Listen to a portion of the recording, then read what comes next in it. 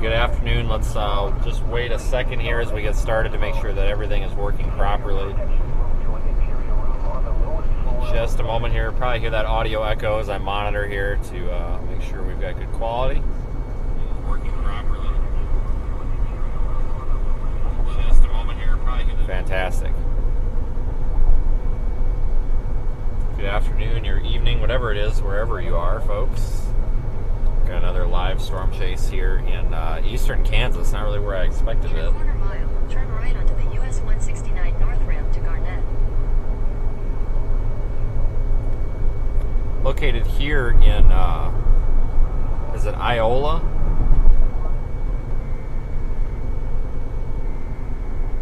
Gonna head west on 54 to Yates Center and then north on 75 to catch this storm. Actually, no, we're not. We're gonna go north. This is moving more east. Continue on US 169 north for 11 miles. Severe thunderstorm warning for Anderson and Coffee County in Kansas. At 7:08 p.m., a severe thunderstorm was located 4 miles east of Burlington, moving east at 35 miles per hour.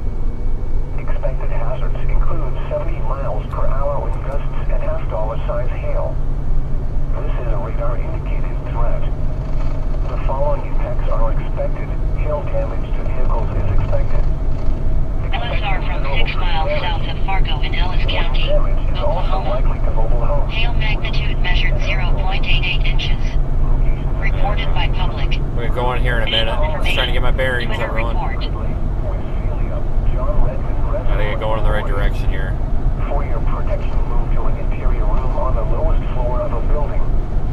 Large hail and damaging winds and continuous cloud-to-ground lightning is occurring with this storm. Move indoors immediately. Lightning is one of nature's leading killers.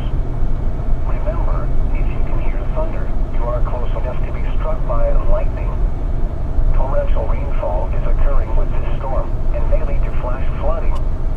Do not drive your vehicle through flooded roadways.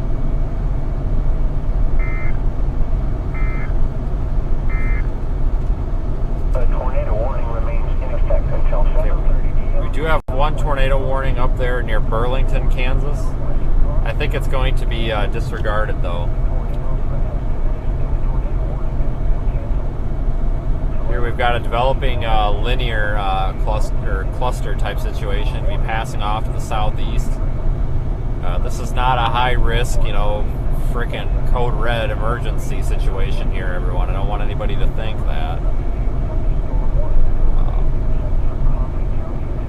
But we do have a pretty routine risk for an elevated chance or an enhanced risk for damaging wind today. Hail and a tornado or two are possible, but not very likely. So I don't want to get anybody worked up over that. So no reason to panic with any of this. But thanks for joining. Let's see what we can do. There's another severe thunderstorm warning that's up there for Kansas City right now. As the evening evolves, this threat will translate to the south and east across the remainder of southeast Kansas, east Kansas, and then southwest Missouri, south central Missouri, possibly as far east as parts of Tennessee, west Tennessee. Actually got some small storms going up around us now. That tornado warning has officially been canceled, and our severe thunderstorm warning just to the north is for 70 mile per hour winds. 70 mile per hour winds.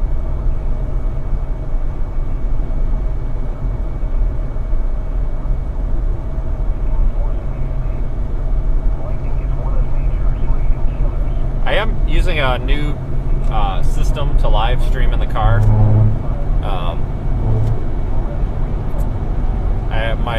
My previous setup was overheating a lot, and I think it was actually the reason for several of our dropouts.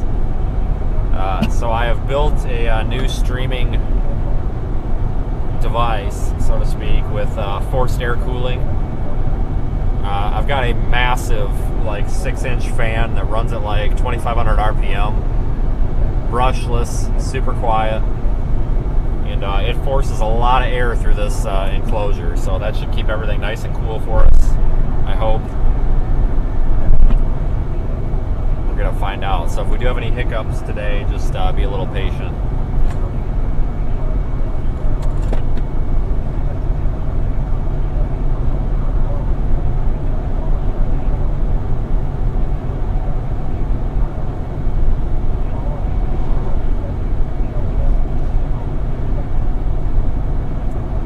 There is a severe storm watch, yes, for parts of West Kansas here, or I'm sorry, East Kansas.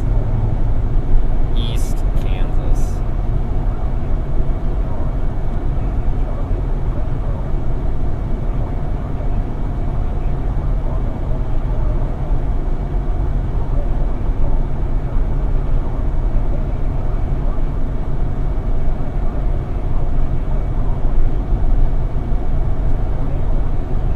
That tornado warning did get dropped.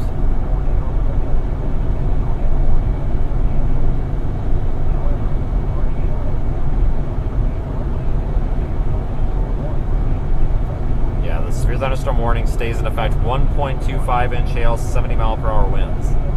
Expecting this all to form a line or a large cluster of storms here soon.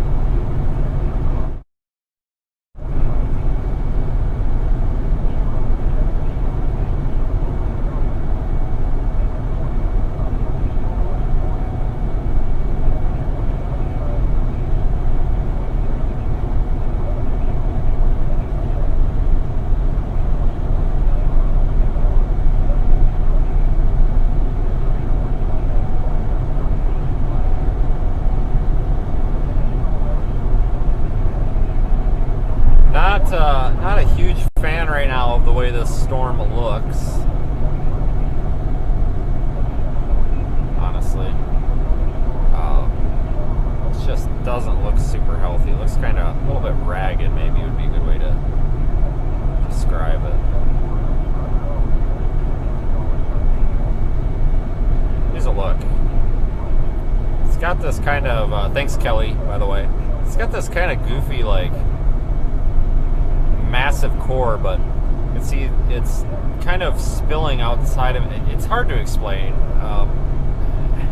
Typically you get these very large cores and then the storm kind of spills out over its inflow region like that. A lot of times what we'll see happen is this will lose any tendencies it has, and we'll get a huge big blob or cluster.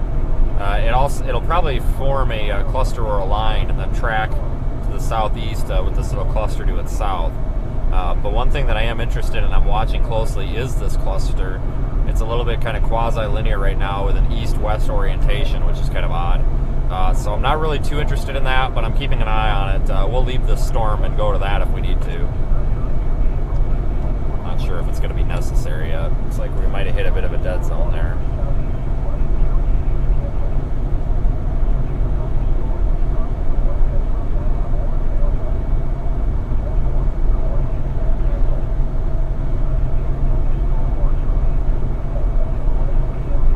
Thank you everybody for a successful live stream from Minnesota the other day with our surprise tornado warning. We are on that road to 100,000 subscribers, and you folks helped get us a little bit closer there.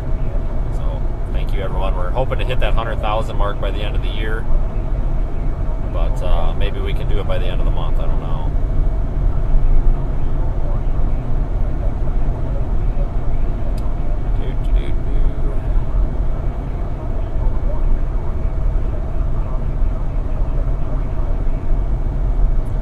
Actually the next project is gonna be to liquid cool this live streaming setup, kind of like a gaming PC. Should be able to do it. It's got like a 50,000 milliamp battery. In fact, the battery is so large I can't even take it on an airplane. But it's got a huge battery in there. It'll run this encoder, the modems, the fan. It'll run all this stuff for like 8 hours. But I keep it plugged in the car. So if the forced air cooling is not enough, then we'll go with liquid cooled, which is absolutely doable. Let's see here, a new mesoscale discussion came out, increasing thunderstorm development. Okay. It's more for farther west of here anyway.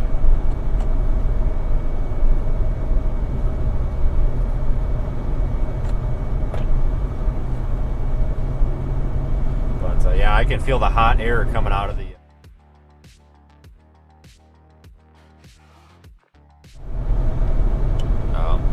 finding that we were getting a lot of like, not necessarily dropouts, but Kansas 58 West. freeze frames and just some weird activity on live streams, and we just hit a dead zone. Great.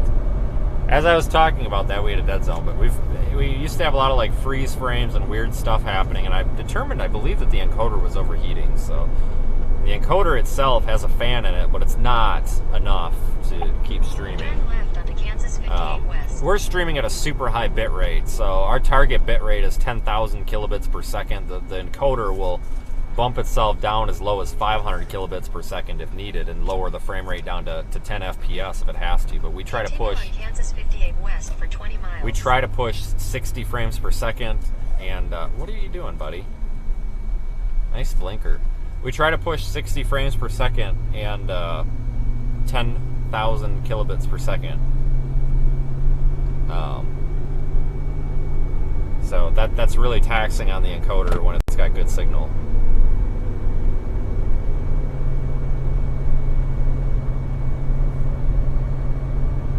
Nope, I had to learn all this streaming stuff in order to do this, and it came at a cost, that's for sure. But it's good to know.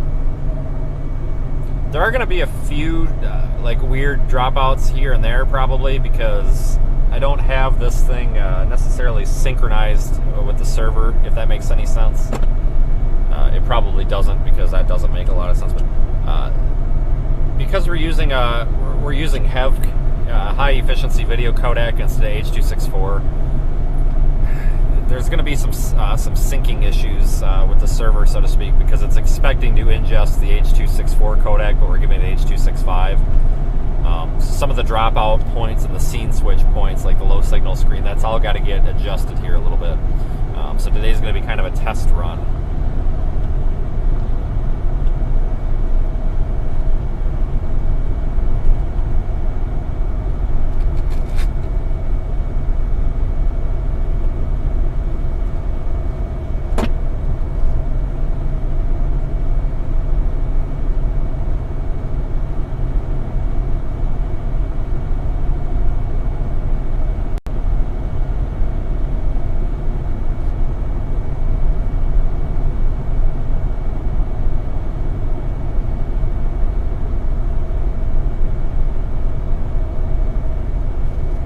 West right now. I don't know if you can pick out any of that structure there, but it's approaching.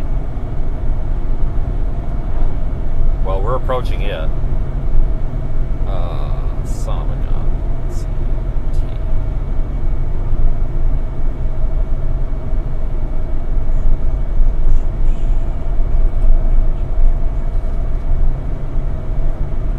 Yeah, thanks everyone for joining. LSR God from 2 dang. miles east-southeast of Lake Waukomis in Platte County, Missouri. There's doorwind damage. Yeah, I don't think he streams at 1080 and HEVC because he doesn't have that encoder capable of it. But we probably don't need to push 10,000 kilobits. That's a little bit ridiculous. Honestly, with HEV, we could probably push it with 2,500. Thanks, Jesse. Oh, it's Trucker John. Howdy, Trucker John. But warning has been issued for Washington County in Utah. 10,000 is a little bit ridiculous, but if we do have good signal, you know, we're right next to a cell tower, and we got a tornado on the ground, I want to see every frickin' dust particle that thing launches. We can go down to about 500 kilobits before it actually drops itself out, which is good. Am I expecting a tornado? No, not really. It's a possibility, though. Thanks for joining, everybody. So this is, and I'll do a video on this, and I'm not trying to brag or anything, I'm just talking about what's going on. I was pretty excited. So yesterday, when I built this new system, I literally took a like $10,000 piece of equipment and took it apart, cut it with a die grinder, and reassembled it inside of a plastic Pelican case with all sorts of fan controls, and a fan control that's actually run off a Raspberry Pi, monitors temperature, can actually be turned on and off remotely, do all sorts of stuff. So I literally took a $10,000 piece of equipment and took a power tool to it and just started cutting it apart. It was probably the most nerve-wracking thing I've ever done. But just in its form from live view, it's not it's not ample for what we're doing for running these long hours. You can run like a live view solo, but they overheat. And even just putting them in a cooled case, when you're running them for 12 hours straight in the sun, it just doesn't work. You got to get like the LU600 or whatever, which is what we've got, and then it's cut apart. So I voided the warranty on it. And this is something that I've had for a long time. This was part of the initial investment, but I haven't used it for a long time because it would overheat. And our live view solo would overheat. And then I'm like, well, here's an idea. The warranty is now expired, so let's void it and let's chop it apart with a power tool. So that was a lot of fun. No plan either. I literally just took the thing and just cut it right in half. I'm like, well, we got to take this apart and kind of hope for the best. It was probably the stupidest thing I've ever done. I should have been more prepared for it, but you know what? What's done is done. Got a beautiful looking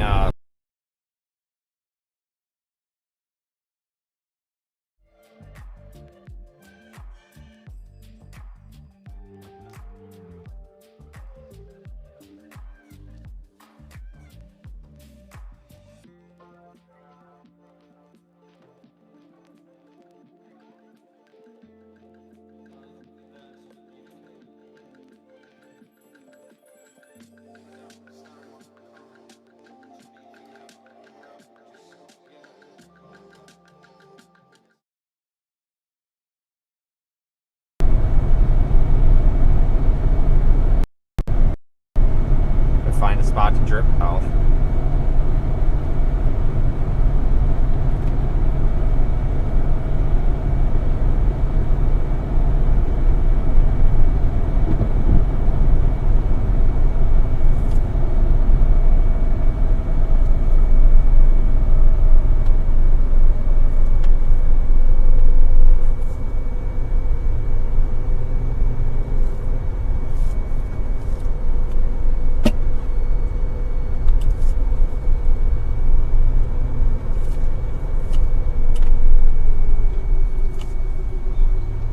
Need a spot to stop.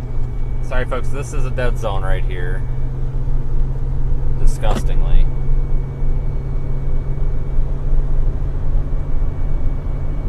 What a mega, well, it's not a mega shelf cloud yet. It's approaching that status, but not yet. Here's a south option. Should we take it? How bad is this road, I wonder? It's better than the one we were on the other day.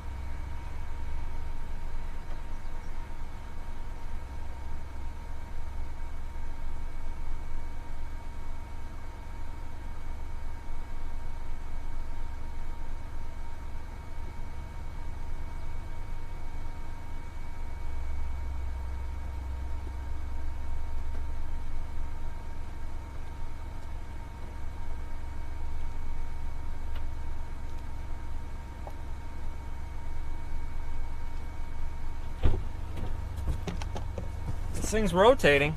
There is quite a bit of rotation. The entire thing is spinning.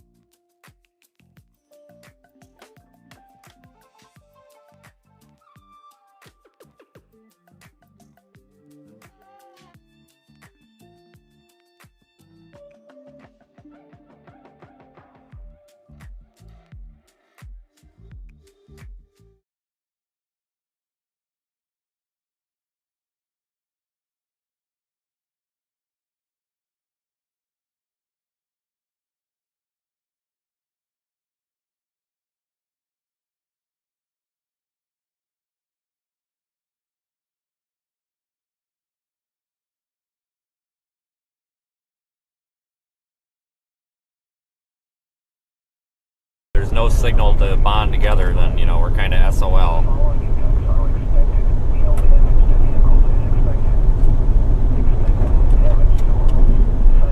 Following impacts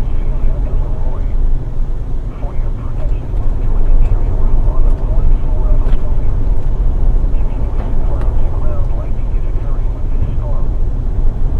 Hail damage to vehicles is expected. Expect wind damage to roofs, siding, and trees.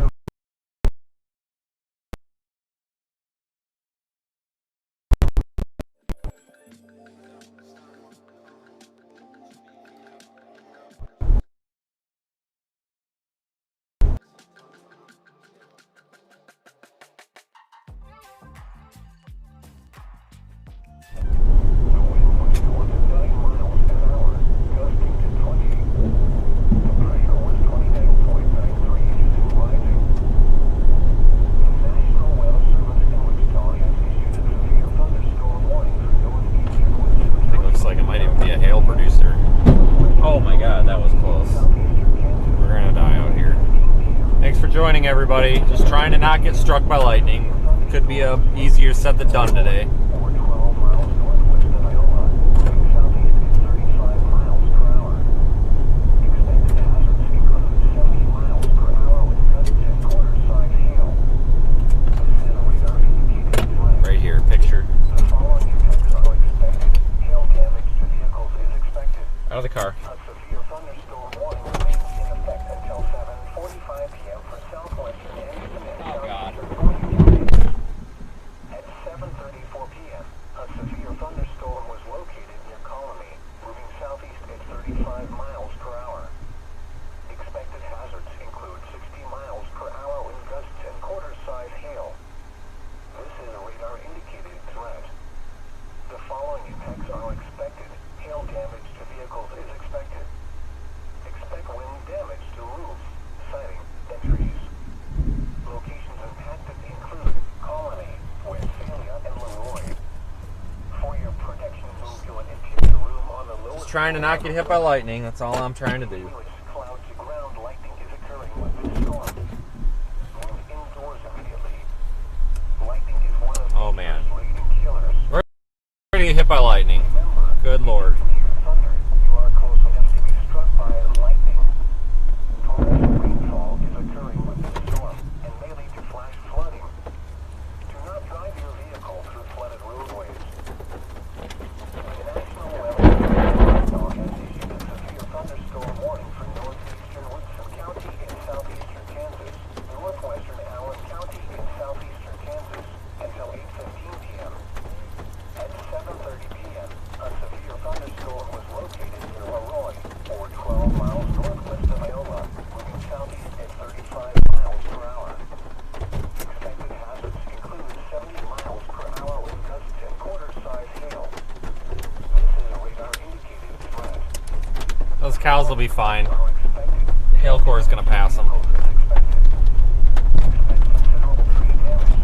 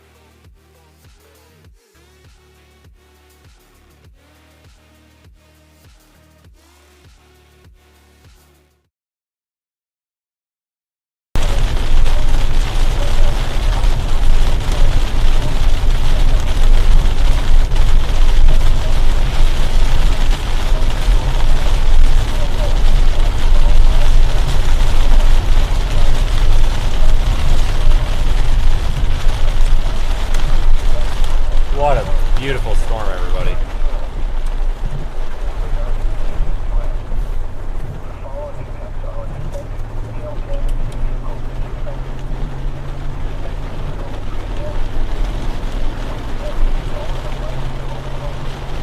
We'll get another good view of it. It's coming into Iola right now. There should be a photo on Twitter or X, whatever it is today.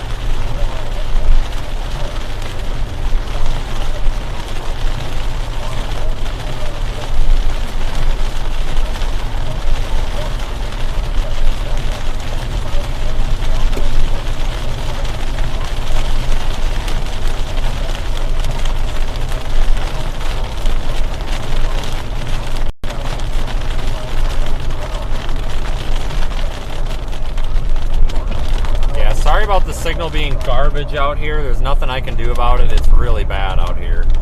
And our satellite obviously doesn't function when we're underneath the storm. Here's a look at our storm. We're located right here. We're gonna go south to 54 and then east.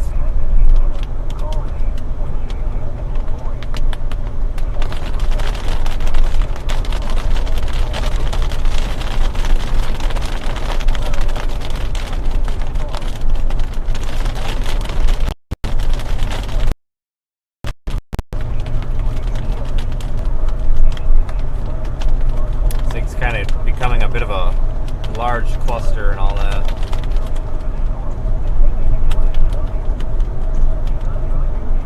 Thanks for joining, everyone. Let's see if we can get a couple extra subscribers tonight. We're trying to hit 100,000 by the end of the year, possibly month. So if you are just joining and you're new here, you may want to consider subscribing. That's a great way to make sure you see future live streams also.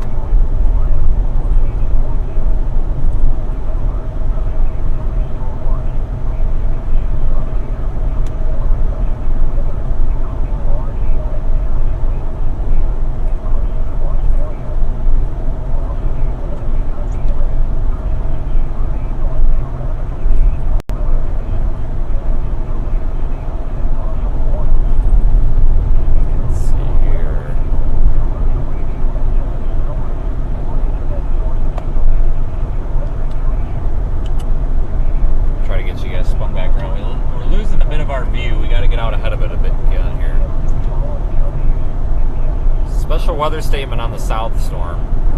Not too worried about that.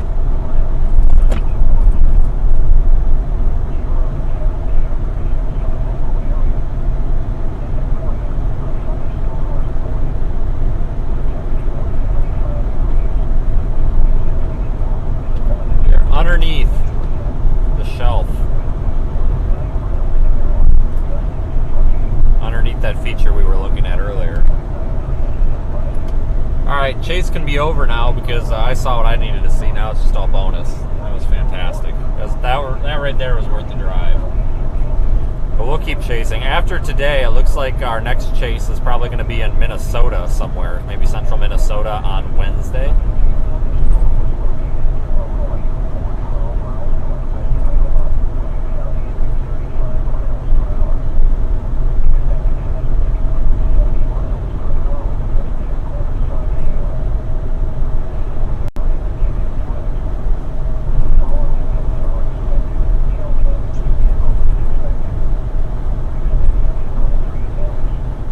Radar Omega just tweeted or posted, whatever it is now that it's X. Yeah, they just X'd, I don't know. They've got a, it's been retweeted or whatever it is now by me as well. But Radar Omega was able to get a screen recording, and then they've got a radar overlay from probably about 20 minutes ago or so. If you would like to go take a look at that. They're able to get that content captured a little bit quicker than I can, obviously. So that works out in our favor.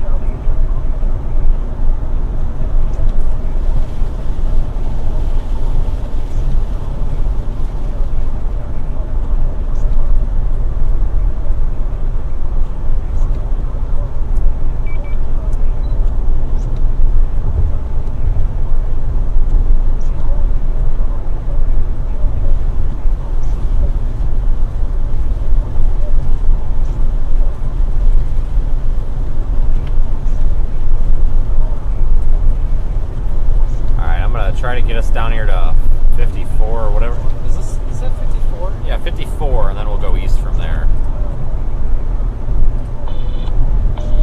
Severe thunderstorm warning for Barber in Comanche County in Kansas. Is that here? I don't even see a... Oh, never mind. That's not here. Our severe thunderstorm warning is currently in effect for 70-mile-per-hour winds, 1-inch hail, and a possible tornado. I'm not really worried about a tornado here, though. We're pretty outflow looking. So I'm going to try to get us in a position where we can see some more of that really pretty structure here. Just give me one moment. Some slight repositioning necessary.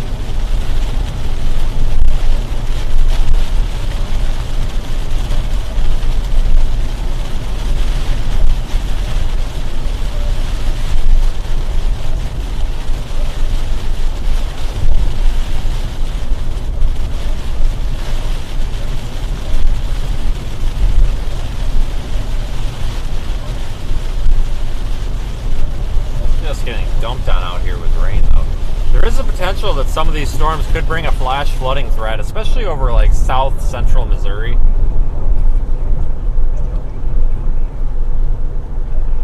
So we're going to keep a real close eye on that. We could end up with a flood threat later on. And again, I'm going to get us in a position for another structure shot before it gets dark. A situation like this will be absolutely amazing, though, at night if the lightning keeps up. So far, the lightning has just been constant.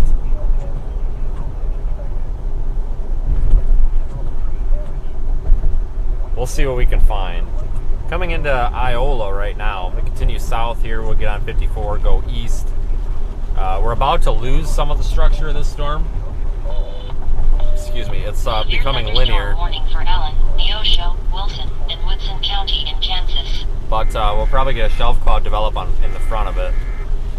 They're now warning the southern part of this storm for 60-mile-per-hour winds, 1-inch hail. The entire thing is now warned.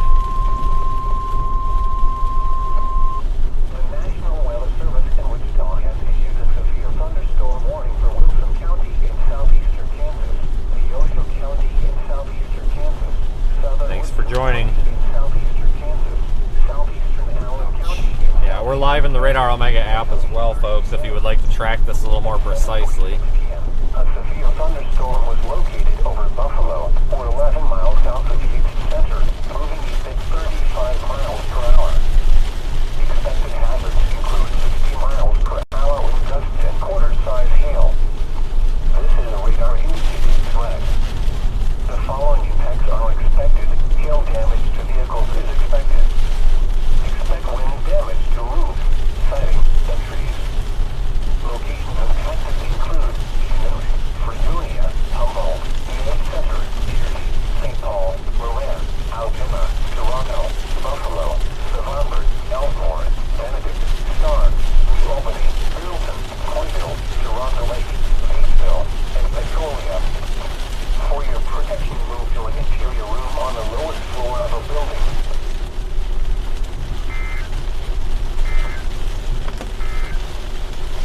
The National Weather Service in Wichita. I bought some of those, I think they're for gamers. They're expensive. They're like $50 at Best Buy, but it's the best $50 I've ever spent. These, those blue light filtering glasses. And they've got some, they're not, I don't know if it's polarization or what, but I tell you what, my eyes are no longer fatigued. No, not a sponsor either. My eyes are no longer fatigued at the end of the day, because having this, the iPad, even on its lowest brightness setting, really causes a lot of eye strain, so I just had to get those off the dash and put them on. These are a game-changing device.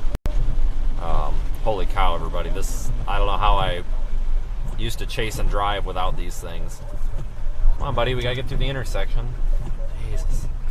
But, here's a Sonic. I wish I had time to stop, but I tell you what, this helps. It also helps in the rain, too. You don't get the glare coming off the headlights and stuff. So this helps significantly. Well, that's a turn lane. Can't use that.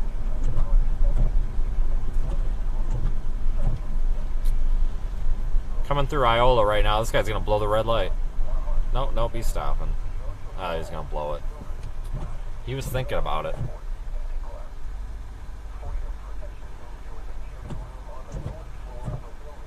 But these glasses are helping immensely. I used to actually get car sick really bad. I get horrible headaches by about hour number 3 of the live streams, you know, at night. And I just don't do that. That doesn't happen anymore. I've been using these for like 5 chases now, and it's night and day.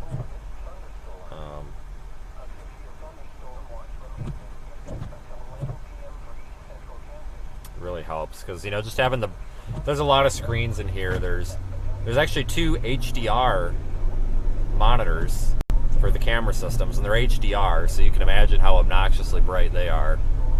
And then even on the lowest brightness setting, everything is able to auto dim, which it does. But still, you know, on the iPad with the bright, pretty radar colors just right in your eyeballs. There's the second phone that monitors the stream chat. Has been issued for Mora. There's the actual camera display, and then everything else in here is lit up, keypad, button, and all that. So it gets pretty rough pretty quick. Flash flood warnings going off in New Mexico there, it looks like.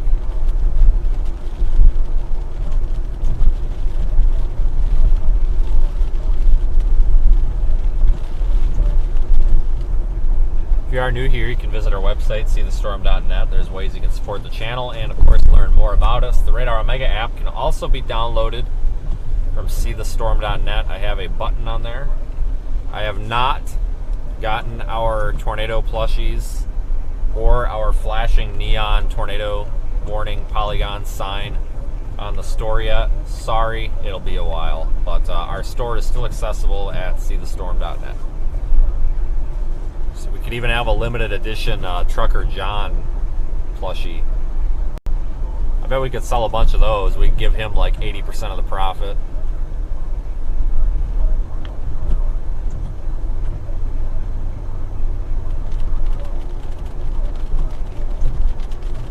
I feel like Trucker John should be like Viewer of the Year.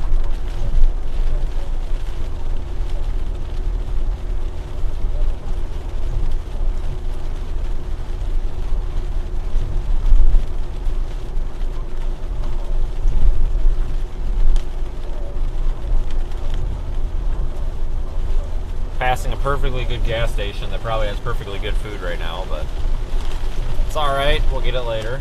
Oh. Let me give you a look off to my left. So this is to the north, and you're looking up into kind of the center of that old storm. I shouldn't say old storm, but it's being sucked into this big like MCS cluster looking thing here. We're getting one giant storm out of 2 smaller cells here. This thing was showing some oh dang it, sorry. Here we had our initial cell and our secondary cell, and now it's just one. We'll likely start to see a shelf cloud develop on the leading edge as this pushes off to the east, but we'll see what happens here.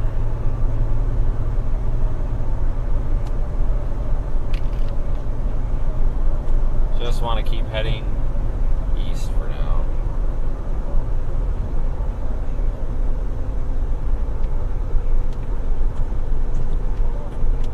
But it's been a busy week, so within the past 5 days, we've seen 2.5 tornadoes, and I say 2.5 because that one, 2 days ago in Minnesota, we saw the debris fall out from it. It was a diminished, I don't know, there might have been circulation there still, I don't know. So we'll call it maybe like 2.25. So we've seen like 2.25 tornadoes. The Yuma tornado was that, I believe that was Tuesday, and then we had the Minnesota tornado from like 10 miles away, but I'm still counting it.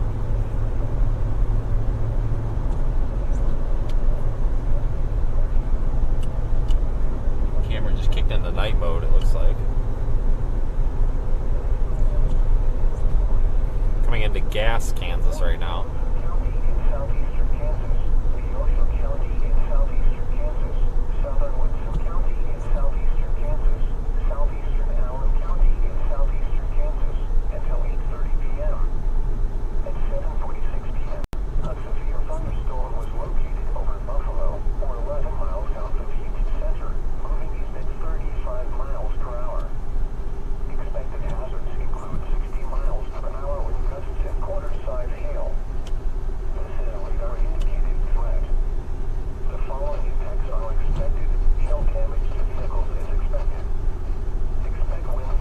almost away from these trees, and then you'll get a nice view of this thing.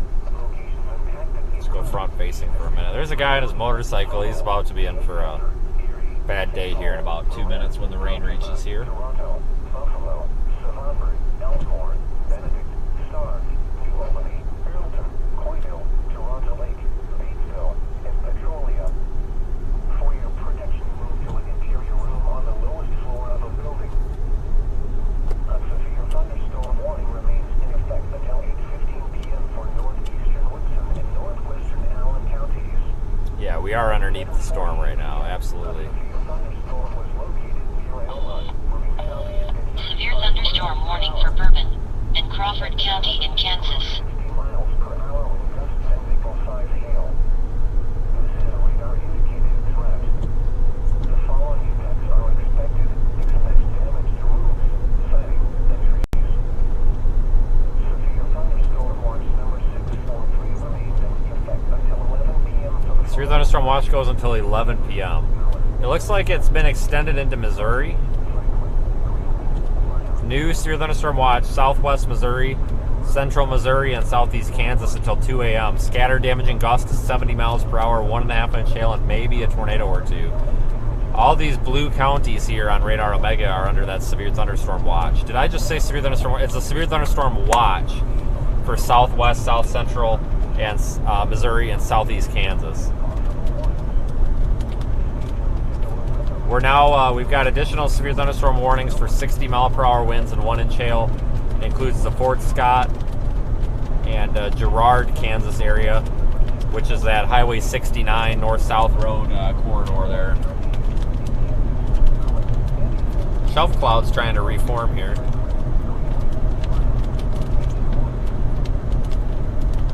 Yes, the camera is in night mode, so there's no color because it's getting dark out, so this camera automatically switches to night mode so that we can see more of what's going on.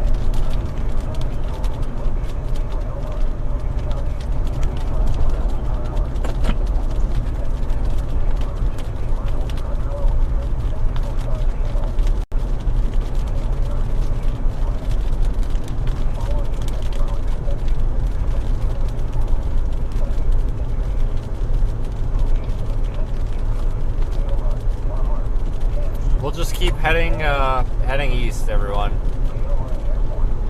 It's about the best we can do right now. We'll get out ahead of this line and wait for it. And again, like I said, flash flooding is possible. Moderate risk of excessive rainfall, which means that there's a moderate risk. I believe it's 40% chance of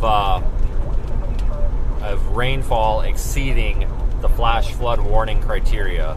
So it's, I guess you could kind of classify it as a moderate risk of flash flooding, but technically, by definition, it's a moderate risk of the rainfall rates exceeding flash flood warning criteria. It doesn't necessarily mean there will be a flash flood.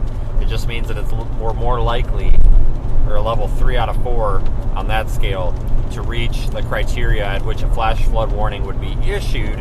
Doesn't necessarily guarantee flash flooding. I've seen moderates and high risk flash floodings bust just as much as moderates and highs do bust for the convective outlooks, but for severe.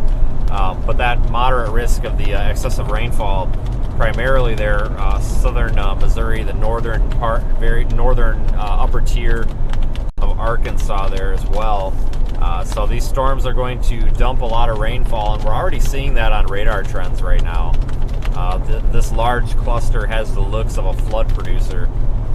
This thing is growing in size, but the forward propagation or the forward progression, which would be to the east and southeast, is very minimal. See, we've got the same area being just dumped on here over and over and over. Not a lot of propagation here of this storm system or this MCS that's forming. So take with that what you will. Flash flooding is a possible problem out here tonight. Now, I know some of these areas out here are not necessarily prone to flash flooding, but we could see some, basements flooded out and issues in town, and of course those areas that have those low-lying areas and river crossings.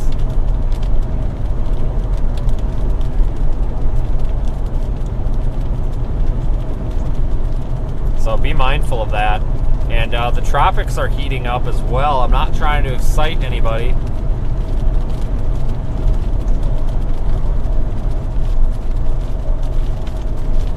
But there's 2 areas of interest being monitored by the National Hurricane Center now off the east coast of Africa. Doesn't mean they're going to threaten the United States. They probably won't, but it's just we're getting a pattern change. We're actually seeing some storms form out, or attempt to form out there. Sorry. Hold on, I just whacked the microphone here. Let me put it back together. Stand by one. Let me mute you.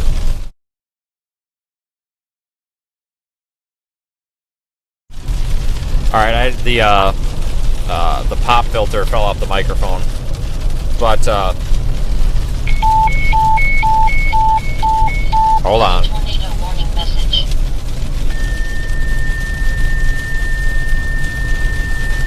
Tornado warning for Jackson County in Minnesota. Minnesota, you gotta be kidding me. But we could see some Gulf of Mexico generated storms here, maybe, or at least an area of interest, some sort of disturbance, so to speak, over the next couple of weeks, just with the weather pattern that we're in. So no reason to be worried, but we are approaching peak hurricane season, so if you live in a hurricane prone area, make sure that you got those plans in place just in case, because there is no better time than now, or this weekend. You do have until this weekend to be prepared. I know everybody's got to work, but we've got to start being prepared this time of year. Anywhere along the coasts.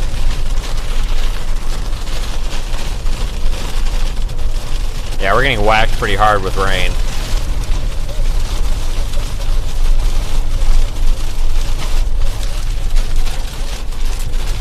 We're right under the leading edge. We'll get out ahead of it. Just got to take a little bit of time.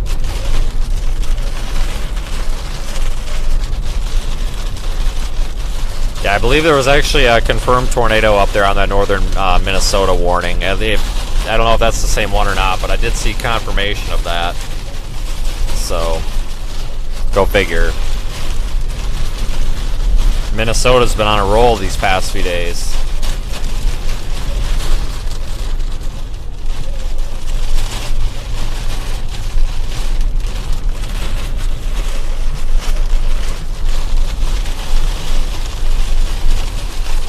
I can see the bottom of the leading edge here off to the right of the road there. You can see that contrast in the sky. That's where we're aiming.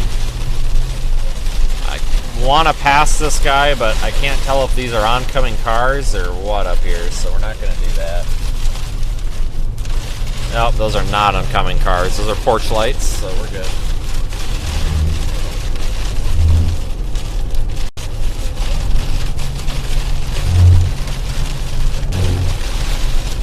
Beautiful view out here, though. Not. If we weren't getting dumped on by these rainfall rates, it would be a beautiful view.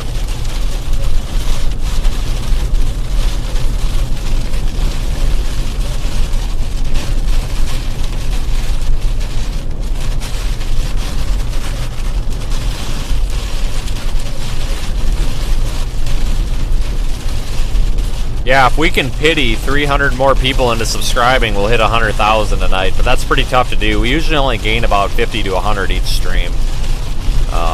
So we'll probably do that by the end of the month, but it's a good thought, everybody. We're getting close, though. Once we hit 100,000, I'll stop complaining about it. It's just bragging rights only. That's really the only reason. Plus, I like even numbers. We are getting pushed around a lot by the wind. So we've got some strong winds. I would say we've probably got 40 mile per hour sustained winds. The gusts are probably, judging by how much it's pushing the truck around, the gusts are probably between 50 and 60. So I think the severe thunderstorm warning is definitely justified. Just coming into Morin, Kansas. I'm gonna keep heading toward Fort Scott for right now. Yeah, thanks for your super chats, everybody. Really appreciate the enthusiasm with the channel lately. Thanks for helping support us here. Some of the best audience. Actually, I take that. We have the best audience on here, I think. You guys make a lot of this possible. So we're almost in front of this, but we're probably going to get wrapped back up into it because the north part of the storm is kind of diving south. So I don't know, folks. We'll see. But once we get to Fort Scott, we'll be in the clear. We may want to drop south on 69 and then enter Missouri somewhere down there near Lamar, Missouri. A couple of change of plans here, but we want to get a little ways out in front of this because we're probably going to have a really nice lightning show here later on.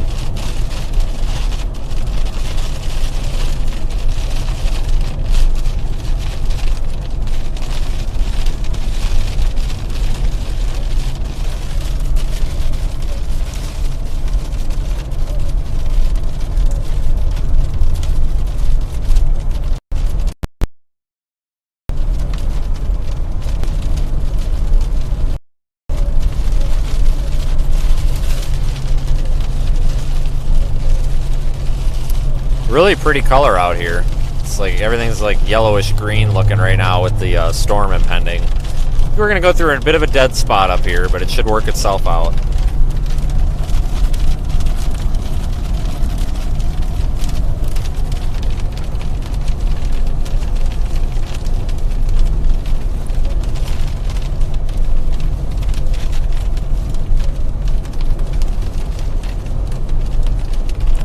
I'm glad I got on these storms. We were originally thinking that these storms would develop in southwest and south central Missouri. Thanks, Christopher. Somewhere in south central, southwest Missouri, and track off to the east. But it looks like our storm's fired a little bit farther west, which a lot of these setups have that tendency to do. I left home at 4 o'clock this morning to get down here. I wasn't going to chase it, but they want enhanced risk, and my policy is if it's enhanced, I'm out the door. If it's anything below enhanced, then I use my discretion, but got out the door for it here, which is really tough to do sometimes in the morning. It's not too far of a drive. I only had about a 9-hour drive, but I think our next storm chase after tonight, again, is going to be on Wednesday up there in Minnesota, probably, give or take. And I think we're going to get back into an active plains pattern here. It looks like we could have a couple of sequential days or somewhat sequential days of high plains and northern plains severe weather over the next maybe 10 days or so after a few days of resetting here of the pattern.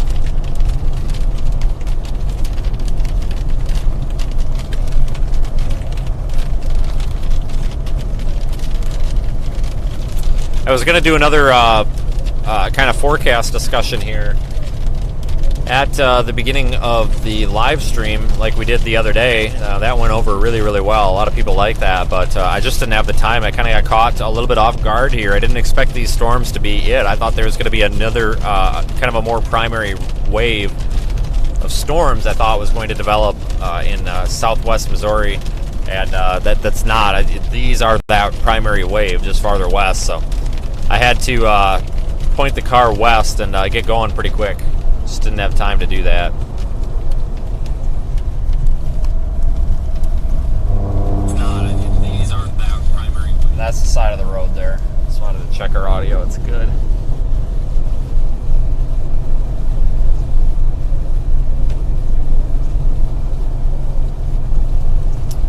Yeah, we'll be in for a good view here soon.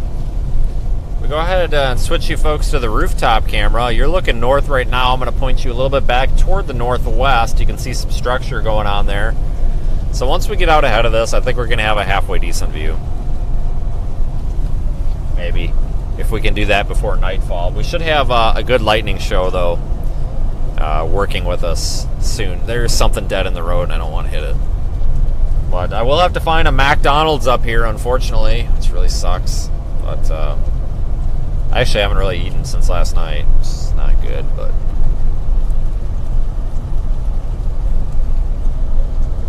coming into Bourbon County right now, Kansas. Far east Kansas. We're actually almost to Nebraska. Or, no. Missouri.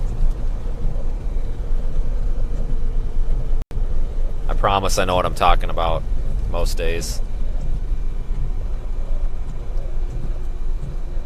I am being really, really tailgated here, and I don't know if it's either a storm chaser or a cop about trying to run my plate, so I don't know what's going on here. I'm going to move over for a minute. Nope, that's just a resident that decides it's a good idea to go a half mile or a half foot off my back bumper. It was a police car at one time, but it's definitely not anymore. I was gonna say if it was, that was not very safe. Even though we're exceeding the speed limit by 5 miles per hour, I guess that's not good enough. Whatever. Don't tailgate. Bad idea. My insurance is paid. I hope his is. He might be needing it at this rate. Whoever that guy is.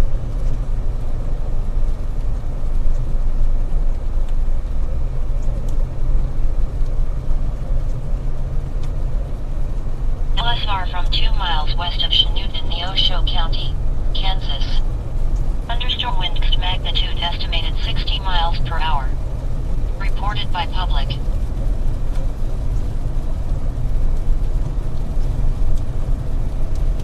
We may drop south here. I don't know what highway this is. It goes down toward Uniontown and Petersburg. Looks like Kansas Highway 3.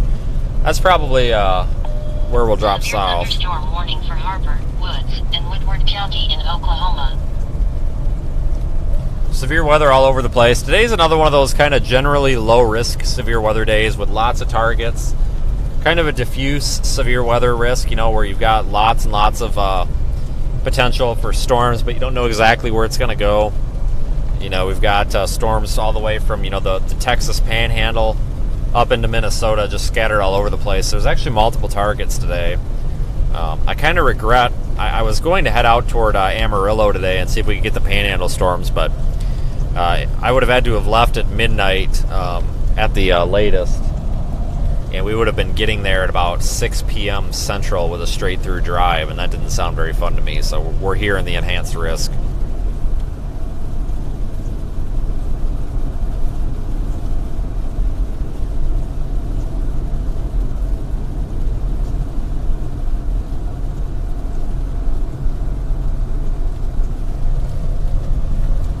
But it's nice to be out in Kansas again. We haven't chased Kansas a whole lot this year. Don't get me wrong, we've had some noteworthy chases. It seems like the times that we've been in Kansas, we've done really good out here. It's just, I think we've only chased in Kansas. And I'm not counting where we just drive through like a county on the border for like 5 minutes. I'm talking about actually targeting Kansas. And we haven't really done that probably more than I'd say about 5 times this year. This is probably the fifth or sixth. It's been somewhat of a quiet year for Kansas in general. Not many tornadoes out here compared to normal. It's been a quiet couple of years. Ever since 2019, Oklahoma's been relatively quiet. Kansas has been relatively quiet. So what do you expect, I guess? It's just kind of been that way a few years, and that's not really necessarily anything climatological. It's just dumb luck. You know, the weather pattern has many different moving pieces, so these things change all the time. So we're going to drop south here on Highway 3. This should put us in a position here to see back into the storm a little bit and see what we can find out. That's definitely the rumble strip. I hate it when they put the rumble strips inside of the paint. So you even think about getting anywhere close to the side of the road and you're hitting them already. It just annoys the hell out of me.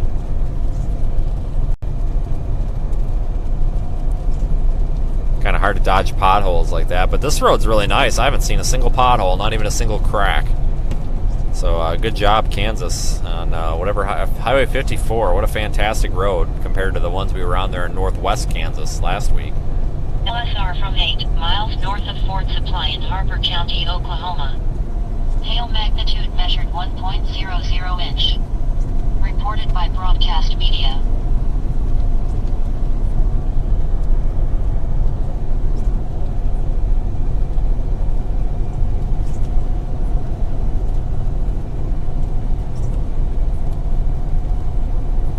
Gonna drop south to Uniontown.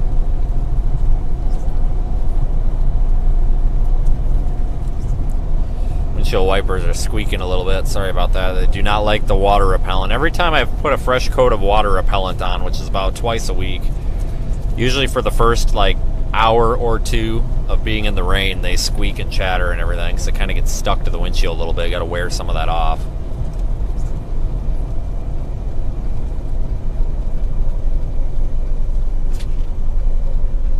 Something rolling around in here and I don't know what it is.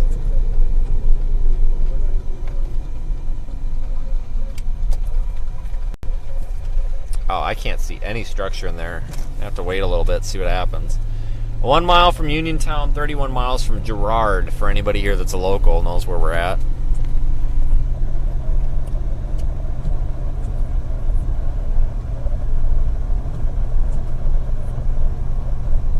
I'm spinning the rooftop camera around right now to see if there's anything to show you, and there's not. It's just a big gray mass. Hopefully we'll get some structure when we drop a little bit farther south here, but thanks again everybody who's joining us. SeeTheStorm.net. It's pinned in the YouTube chat at the top in the blue, I guess. That's where you can find all of our social media, our merchandise store, links to download our partner Radar Omega, and of course those social media links. I probably mentioned that already, but there you go. Severe thunderstorm warning for Kern County in California.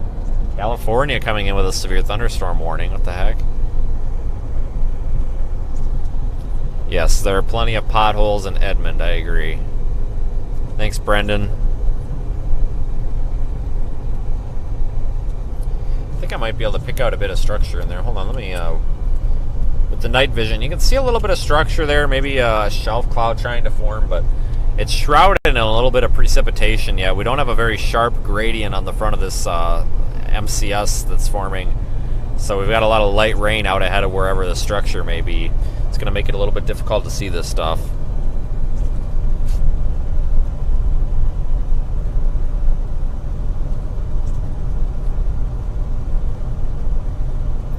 If you are new, you may want to consider sharing this stream with your friends as well. You may have some folks that you know or folks that your people know in the area. You can help be a part of the weather warning process by raising awareness for it, sharing on your social media and such. You can also give the video a like or the little thumbs up. It just tells everybody else that the video doesn't suck and to go ahead and watch it, basically. A little bit of a shelf cloud, I think, trying to form back there. A little bit hard to make out. Got some water on the lens again.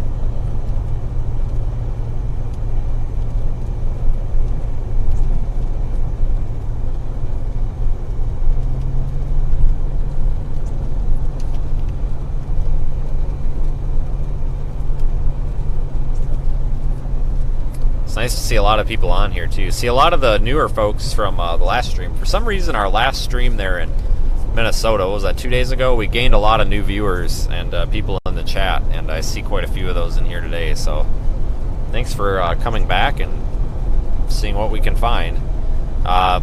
Just being completely honest with you folks, I hate the hype. I hate the BSing. I hate the, oh my god, a tornado, oh my god, when it's really a tree branch. I hate it. I can't stand it. I can't stand the begging for the super chat. I can't do any of that crap. So we don't do that here, but I'm just trying to be real with you folks. You're not going to see as many tornadoes on this stream because I don't call as many things tornadoes. You know, we got some of these guys and girls, I don't know, guys, girls, whoever's out here, and everything's a tornado. Thunderstorm warning for Beckham, Custer, You get a pea-sized hailstone, and all of a sudden it's grapefruit-sized hail. End of the world. Oh my god, code red live stream. It's just, it gets so darn old. We don't do that here. You'll probably will see more actual tornadoes because we have a history of doing that. But not to be rude or anything, but you probably aren't going to see as many false nados. And I don't say that to be arrogant. I say that because a couple of the comments I've seen in our YouTube comments or inbox has been that a lot of folks are upset because, or not upset, but they've pointed out that, well, why didn't you call that a tornado? Somebody else called that in as a tornado and said, well, it's because it wasn't a tornado. A lot of people like to call things stuff they aren't for views, and you'll find out who they are real quick. Go watch anybody's live stream. You can make that decision call for yourself. You'll make it in about the first 30 seconds of watching it. You get live action on the air, Code Red, Storm Chaser, Navy SEAL Extraordinaire, OMG. We got cats falling from the sky, it's the end of the world. You get that about the first 30 seconds. I kind of mock it because it's kind of fun to mock, and I don't have anything better to do right now. Daniel Shaw says, he says if I add more enthusiastic criticism like that to my live streams with the funny voices, that our numbers will increase. So I've been given orders to do that. If I go to 3 and 47, Gerard has a Sonic. Thank you, Jeremy, for the super chat and the recommendation of the Sonic. Let's hope we have time, and let's hope we do pass through there, because I think we're going to end up passing through there. You folks are facing rearward or north right now toward kind of a developing shelf cloud. It looks kind of murky right now.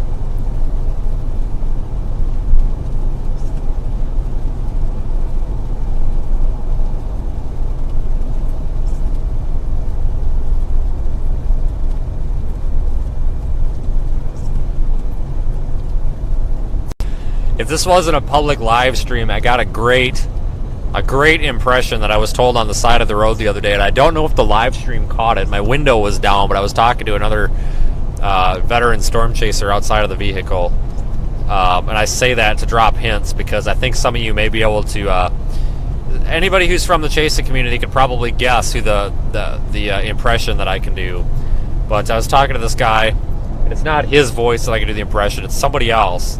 But the comment was made to me that I do the best insert name here voice impression or whatever of this person, and not in a hateful way. This is actually somebody that we like, and I was told that I would probably win the contest if we did it. But this is a public live stream, and if I did that, it can be construed as me hating on this person, and it's another veteran storm chaser. No, it's not Reed, that a lot of us know and love, and I just we'll save it for the in-person meetings. But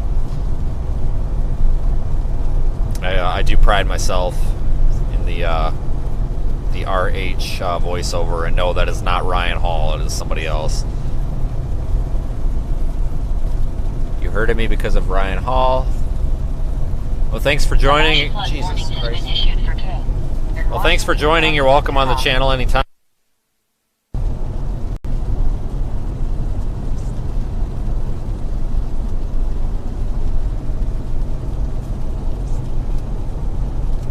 Oh, no.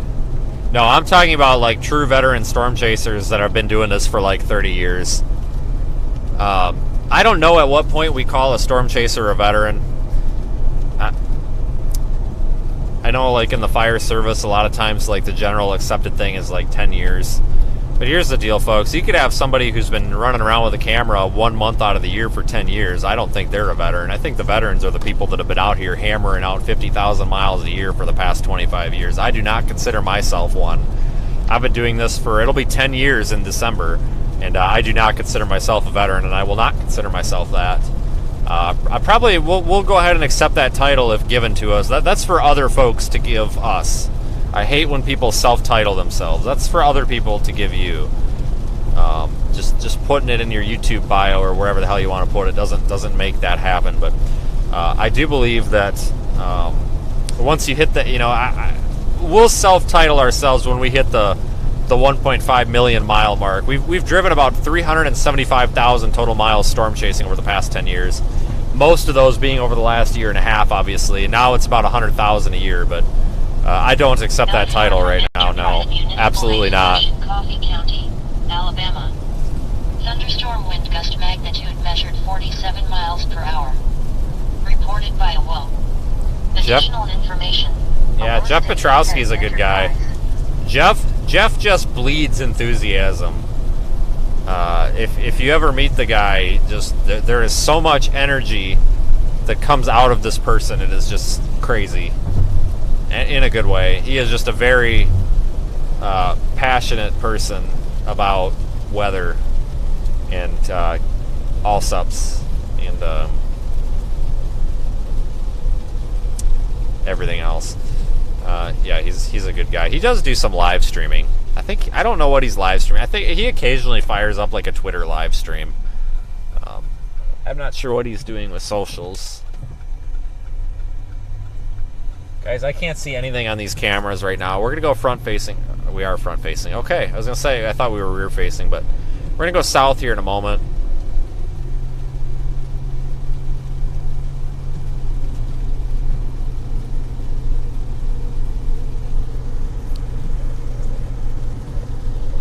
Yeah, there's been a lot of true, like, veteran storm chasers out here. People that have been doing this since, like, the 70s, and a lot of them still do this. You know, there's a lot of the older people around doing it. They're just not... Severe thunderstorm warning for Barber County, Detour. Kansas. Okay, well, we'll take the detour.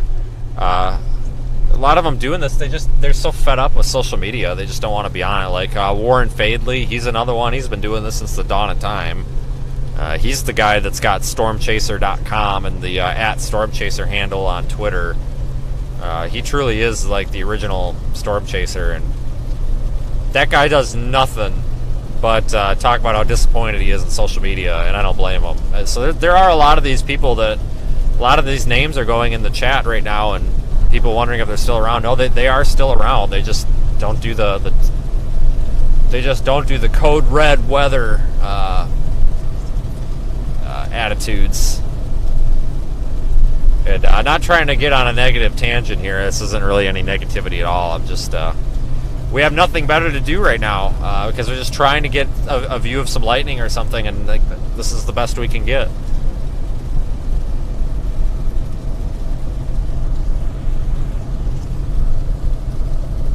God, deer. It's not hit the deer. We do have a I do have a very large 300-pound functional push bumper with headlight wraparound. I mean, if we hit a deer, we stand a chance, but I still don't want to hit a deer. I mean, this thing weighs like 300 pounds. Okay, maybe like 200 pounds. It's really, really heavy. And it's functional. It's attached to the frame and in like 5 spots. So we stand a chance if we hit a deer. I just really don't want to test it out. We could argue if a hot dog is a sandwich. You know, I tend to agree that a hot dog is indeed a sandwich. I mean, I think a sandwich by definition is just some sort of something between 2 pieces of bread. I mean, you could argue that the bun is one solid piece of bread, but you could also tear the bun in half, and I think you have a sandwich now. You could also argue whether or not we should boil our hot dogs or not. We could argue about a lot of things. Yeah, I hit a deer almost on live stream once. We just shut down the live stream like 2 hours prior, and I hit a deer doing about 85 miles an hour, and the deer actually about hit me. The deer jumped into the front passenger side, and luckily it only smashed up the plastic bumper. That was when I had my Explorer, and it only wrecked the bumper. That was it. Didn't wreck the fender, didn't wreck headlight, nothing else. I was so lucky it was just the plastic bumper. It was $700 plastic bumper, but it's super cheap and easy compared to rebuilding the entire front end of the car. So let's not try it again. But this thing, this push bumper on here, folks, it's from Go Rhino, which I believe is better than Satina, in my opinion. But it's not the consumer one; it's the public safety one. And the according to the spec sheet, the headlight wraparounds, or the big wraps that go around the headlights, they are rated for pit. So I mean, they are rated to, within reason, run into another vehicle and push it off of the road, you know, for official use only. So I assume we can probably hit a deer with it. But of course, when the police do these pit maneuvers, it's done more controlled than hitting a deer, and there's a lot less force there. But still, I mean, this thing is pretty rough and tough and solid. So we do stand the chance. It's also there too. One of the big reasons of putting this on the vehicle is for hurricanes. Hurricane debris, we can point into the wind and minimize damage to a vehicle. It'll also keep things, hopefully, from piercing into the radiator, trees, all sorts of stuff.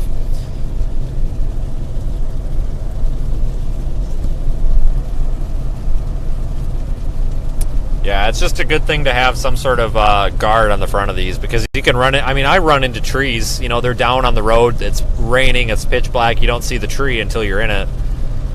Even if it just minimizes damage, they're worth it. Plus, it gives a spot to mount the winch and all the lighting and all that stuff, it gives you somewhere to mount it that just looks a little bit nicer.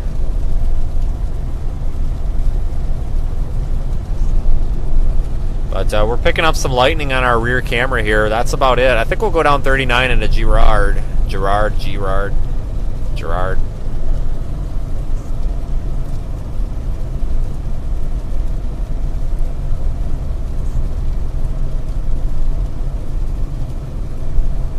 Will I be documenting hurricanes? Absolutely. Yeah, if it's any sort of a storm and we can get a cell signal, we're going to stream it.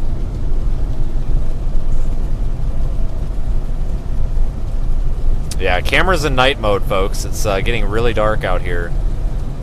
We don't have, for example, I can switch to the front camera, and in the rear we don't have all these lights. If I turn all my lights off, see how you can't see anything? Well, that shit. See? That's why we have all the bright lights.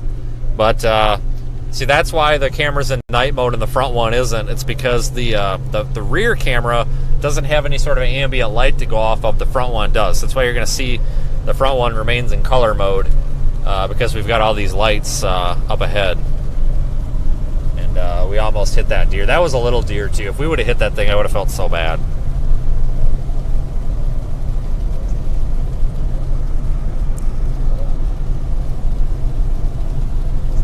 I would have felt really bad.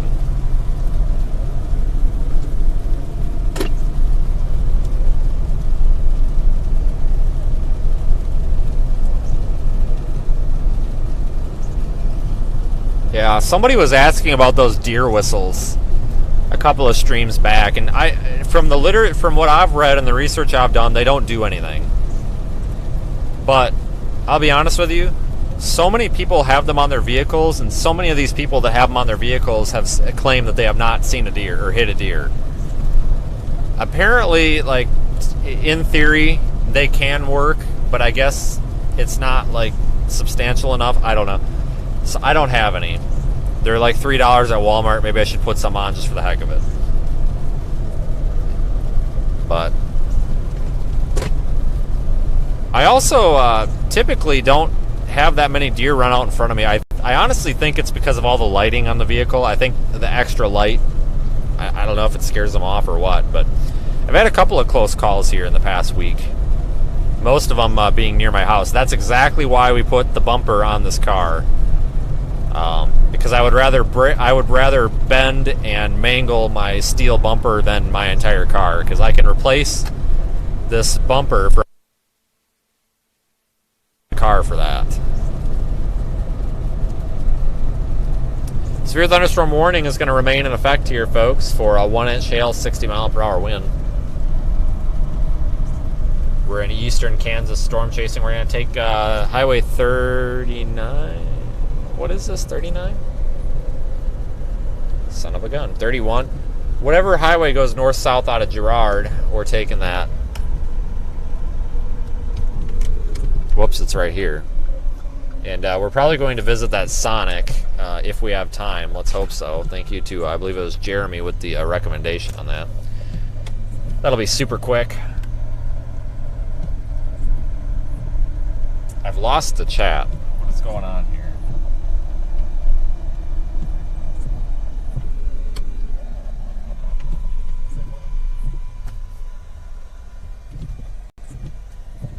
We are experiencing an internet issue. What is going on?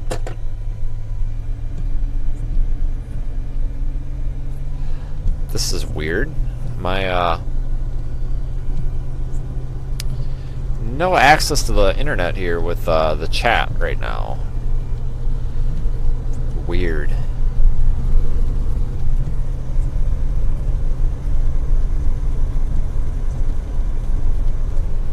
Okay.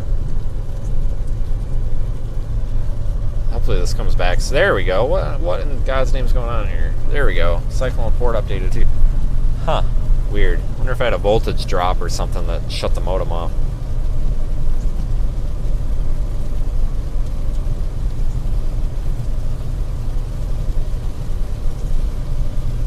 This road is sketchy. No, this road is in like the best shape. This is like the best road in the entire state. I think. Holy crap. This thing's fantastic, especially compared to I-70 up there between Salina and Hayes. Wow, that road is in awful shape, everybody. It's washboarded as all heck. Here's a look at the radar. You can see this MCS forming and trying to push off to the southeast. We're going to go down here toward Girard, and then we'll probably cross into Missouri down there near, what's that, Highway 140? I don't know. East of Girard is where we'll end up getting back into Missouri.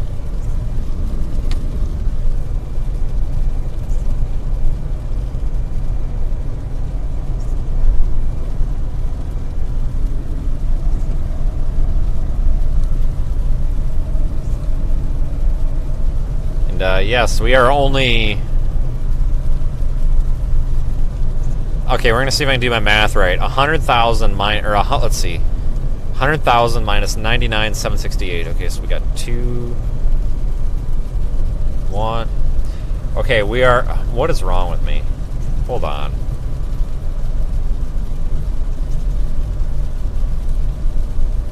We're 232 people, subscribers away from the 100,000 mark. Means we only have to pity 232 people into pushing the button. Probably going to mention that a bunch of extra times tonight just because we're trying to get that by the end of the month, just for simple bragging rights. Once we get to it, I'll shut up. But we're getting rained on again here, kind of coming underneath the front side of this storm. We're not getting any good structure like I had hoped, but again, the lightning does seem to be picking up, especially on the southern end of the storm. So we're going to make a beeline for Girard, and I think once we get to Girard, we'll be able to have a good view, maybe off just to the south. So if you like lightning and you're a fan of lightning, you're probably in the right place. No promises. I could be wrong, but I do think we're going to get a good lightning show out of this.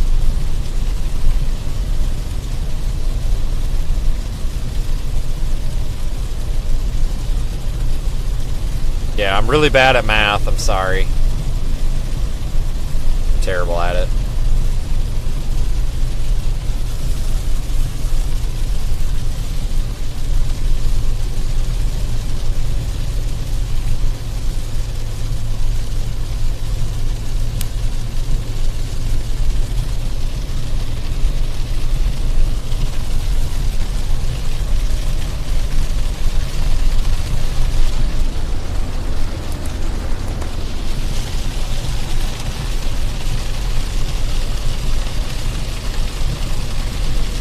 I have not seen any flooding concerns pop up yet. I know we were talking about that potential for the excessive rainfall, which could trigger flash flooding.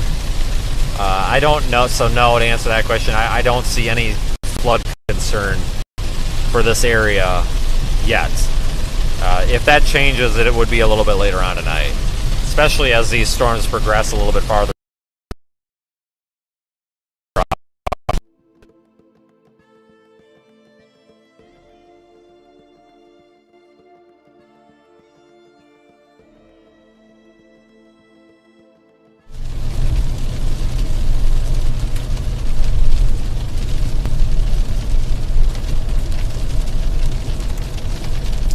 Bit of a rough spot for signal here, it looks like.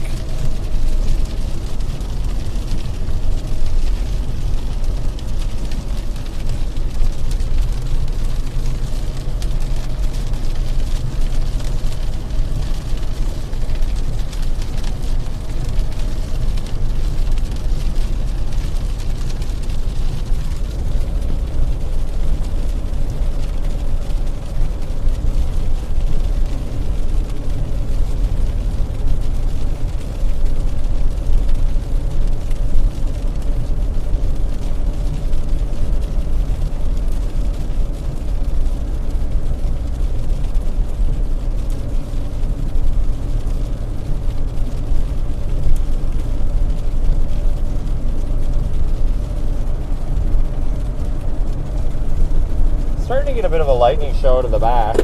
Go rear facing for a couple of minutes here, see what happens.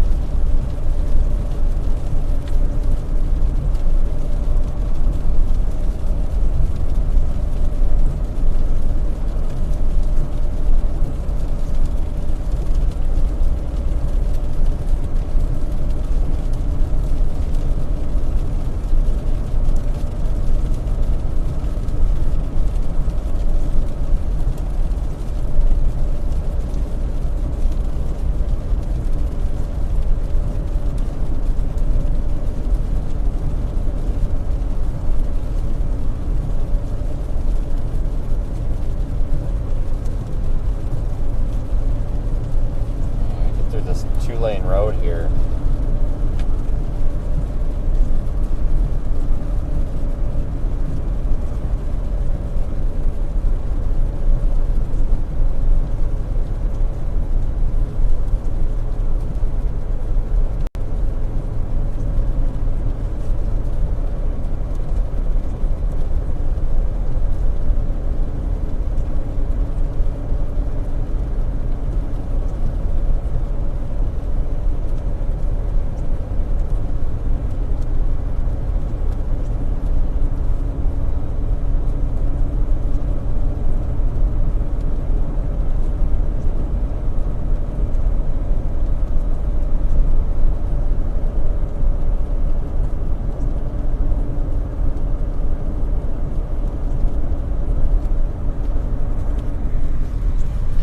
So it looks like some jerk just got my. Somebody must have skimmed my my debit card, because somebody right now is trying to buy stuff at a vending machine and buy fuel in Colorado Springs. And joke's on them, because the fraud detector thing caught it, and I also keep my card locked. And I already got a new card coming, so whichever loser out there is trying to steal my money, if you're on here, nice try. Nice try.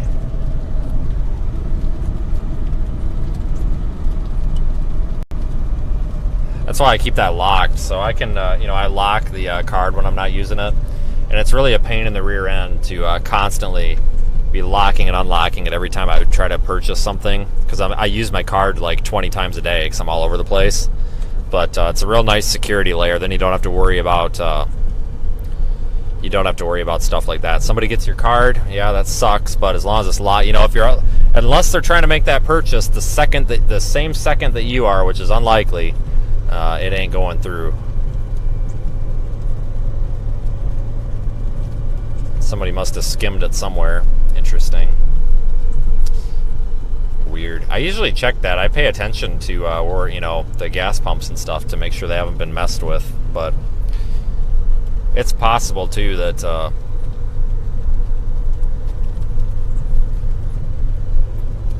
you never know. Maybe I had it out in the open and somebody took a picture of it. You just never know. So joke's on them. They didn't get no gas or snacks at the vending machine.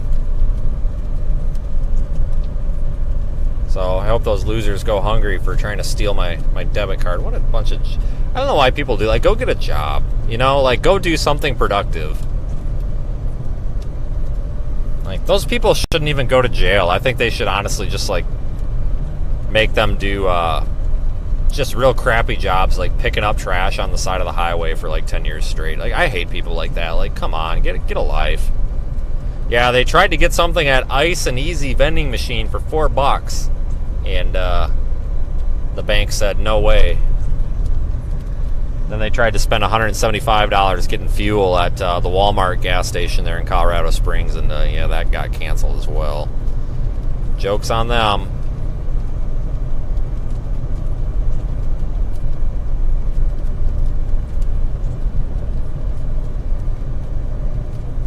Starting to see some lightning creeping into the frame.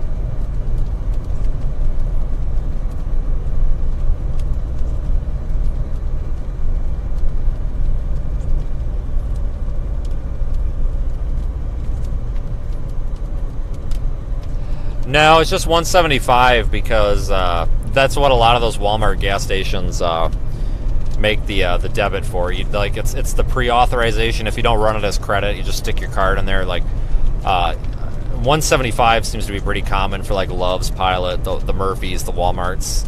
Usually it just does that pre-authorization for 175 and then it does a refund for the rest.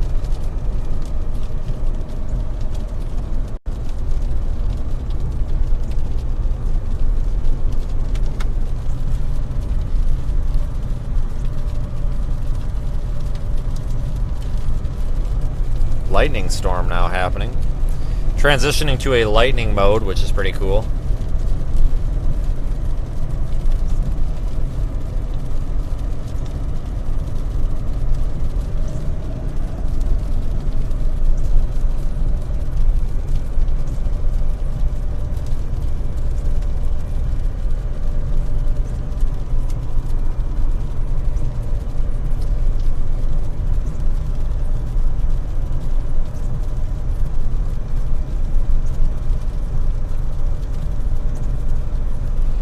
go to this Sonic up here, and I hate to do these food breaks on you guys because I know we usually drop in views, and I feel really bad because I know you want to see the storm and not the Sonic menu. But I will order ahead on the app. I'll make it as quick as possible. We're just going to grab the food and run. It should take like 5 minutes.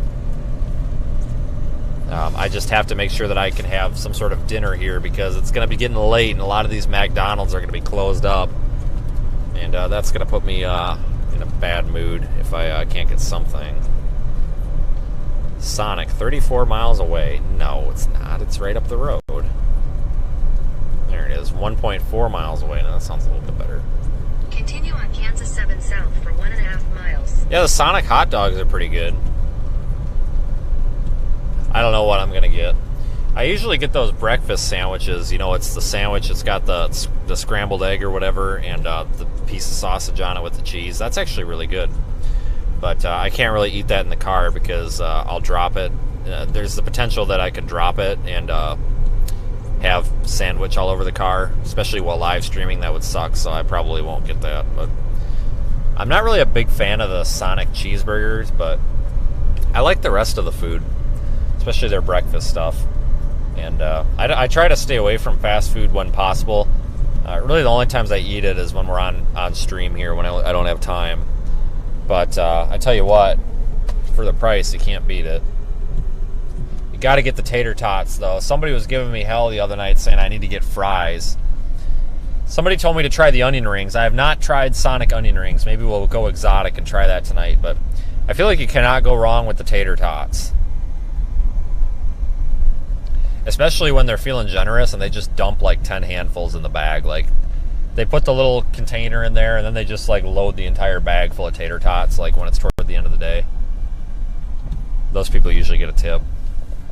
Because you can tell when they put the extra tater tots in there because the bag weighs like 5 pounds. And that happened the other night. And I was forever grateful of the guy that brought it out. I said, hey, thanks for the tater tots. He says, no problem. You're probably the last car of the night. And I said, well, fantastic. I'll start trying to be late then. So just kind of offloaded all of his spare tater tots on me, I guess. That was nice of him. Turn right onto West St. John Street. You know, it's the little things in life, I guess, that we have to appreciate, like the tater tots and the dude at Sonic the other night that gave me a crap ton of tater tots. Gas is $3.47 here. We're probably going to need to stop and get gas here for that price, everybody. That's fantastic. Alright, so I'm pulling in. I need to get the app open because we're going to make this extremely fast. On the right. Then you will arrive at your destination. Why would I turn after the Sonic? That's silly. I'm going to try to park on the other side so we can use the roof camera. Oh no, we've been spotted by people. We got to avoid people because we have got to make this super fast. It's trying to give me a deal. I don't want a deal. I just want something. The chicken strips and that stuff, they're pretty good too.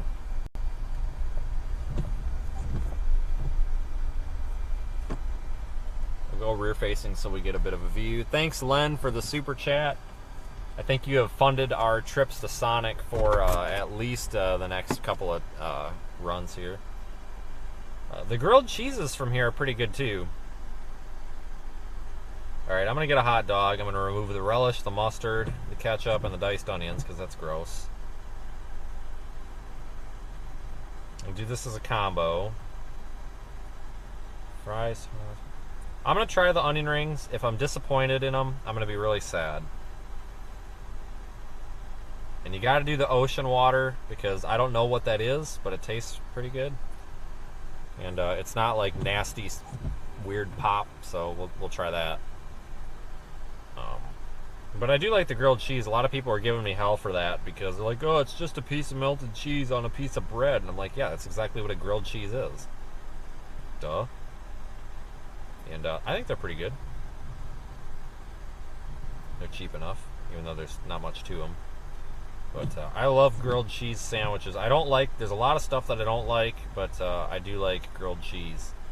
So if you are just joining, we're taking a super short break here. Super short. Just for as quick as I can put this order into this Are you freaking kidding me? Nope, it's still there. It saved the order. Enjoy this light show from the lightning that's approaching. go. Let me check out. We'll give them a tip. Cross your fingers that we get extra onion rings. Severe thunderstorm warning. Did that just get reissued? It either got reissued or got canceled. One of the two. No, it looks like they dropped it. What village? This is Girard. Alright, I gotta check into stall 16 here. Don't steal my order, nobody. Fantastic, the order's in. Now we gotta lock my card so that troll out in Colorado Springs doesn't try to steal it. LSR from 3 miles east-southeast of Racine in Newton County, Missouri. Hail magnitude estimated 0.75 inches. Reported by broadcast media. Yeah, we'll track this all the way back into Missouri here in a moment.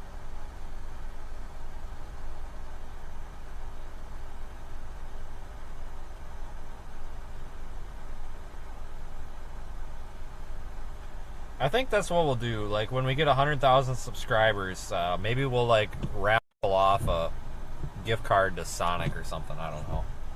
Or maybe we can figure out a way to, like, remotely DoorDash somebody a Sonic grilled cheese. I don't know. We'll do something stupid. I wouldn't worry about Southern Illinois tonight. There's going to be a slight risk there. That'll be late tonight into the morning, but I think a lot of that's going to be, the risk will be decaying as it gets out that way. But I wouldn't worry too much. Just, you know, have your weather radio in your way to receive those warnings and watches, you know, just in case. But I wouldn't worry about that area, so to speak. But yeah, we're trying onion rings tonight. I've never had them from here. I hope they don't suck. The ones at Culver's are terrible. It's because they give you these big dorky onion rings and like they're weird. So fingers crossed.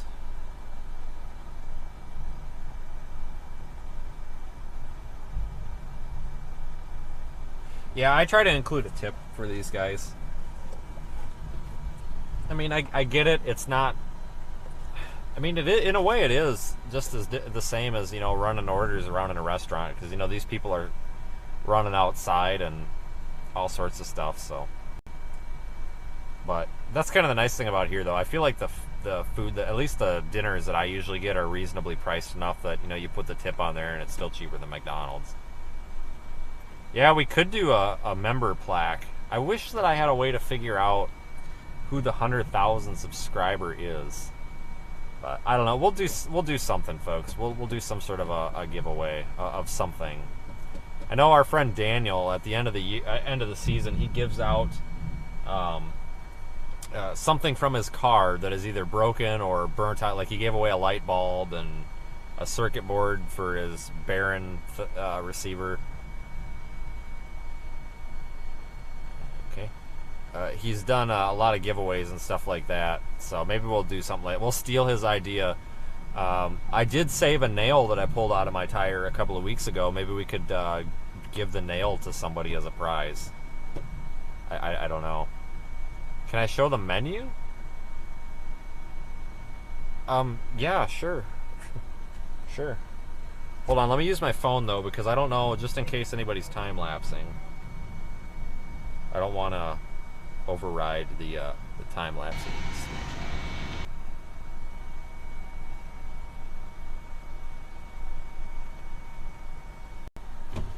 So yeah, there's the menu. You got your drinks on the left. That there is a corn dog, and you got your combos, your kids' meals, your breakfast over there, and over there is your drinks.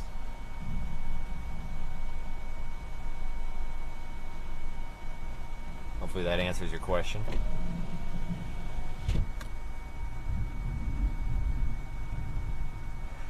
We could give away. Yeah, we could also we could ship out the brake. We could ship out brake pads too. Maybe we could ship out a tire. We could cut up a tire and just send it out to everybody. Wouldn't that be ridiculous? I think people would probably hate me if I sent them a tire in the mail. That's what we need to do. I want to send Daniel a tire. I need to figure out the price and to ship a used tire to Sydney, Australia. And I want it on Daniel's doorstep. I want it in front of his apartment. And I want the tire there. And I don't want a from address, nothing. I just want this tire to show up on his doorstep. and we're not going to tell them where it came from. Can you imagine just being in another country and having a tire show up on your door? That's what we'll do. Oh, that's right. Christine's right. He gave away the broken door handle this year. That is right. Glass from the windshield. Yeah. Yeah.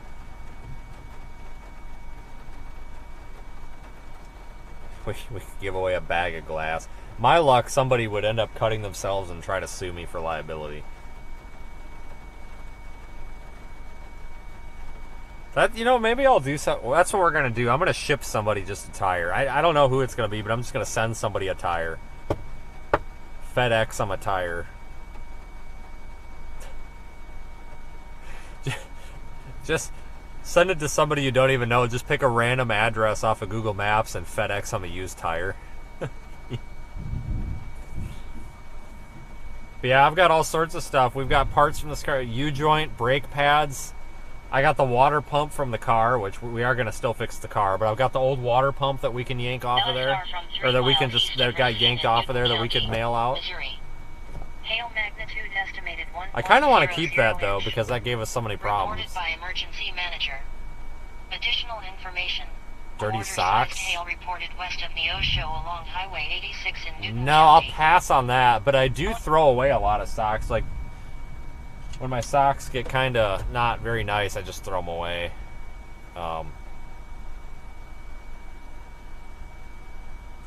Maybe when we hit 100,000, we'll come up with a prize. I'll figure out a way to put a poll in the YouTube chat, and I'll pick like the 4 most random things in my car, and we'll let the YouTube chat decide what's gonna get raffled off or something, and we'll open up. We'll say like whoever emails in the next 5 minutes, the 15th person or the 15th email I receive or something, and I'll pick like the dumbest stuff. Like I'll pick like the Windex and maybe a piece of cardboard and the Kleenex box. Like we'll pick the dumbest stuff because that's the fun in these live streams.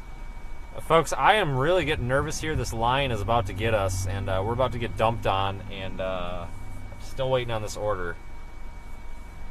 For the sake of the person bringing it out, I really hope they're able to get it out in the next minute. But we'll go back toward Missouri. We'll go back toward Highway 69, and then south and take 160 into Missouri. Severe thunderstorm warning for Ottawa County in Oklahoma. I'm really, really, really hoping for the sake of this person bringing this out here that they're going to hurry up, because they're going to get soaking wet. It's already starting to rain. Special weather statement now for our storm. The storm does not meet severe criteria right now. 40-mile-an-hour winds and penny-sized hail. Blaine, Custer, Dewey, Roger Mills, and Ouachita County in Oklahoma. Come on, Sonic. You guys are going to get drenched.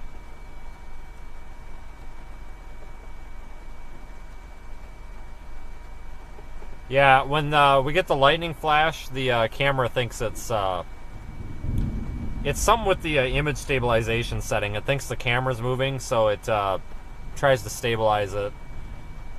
It's a setting in there, and it would probably take me about 30 seconds to change that setting. But for some reason, I just haven't done it yet, and it's been doing this for months, so I do need to get that done. One of these days I'll do it, but I just need to turn that setting off. It's like an enhanced image stabilizer, but it gets screwed up with the lightning. Hello.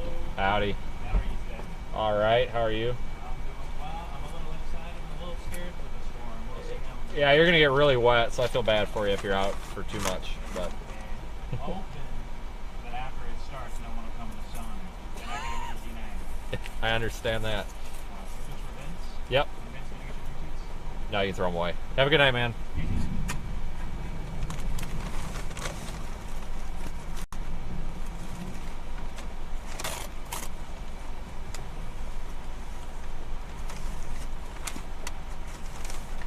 Severe thunderstorm warning for Barber in Comanche County in Kansas.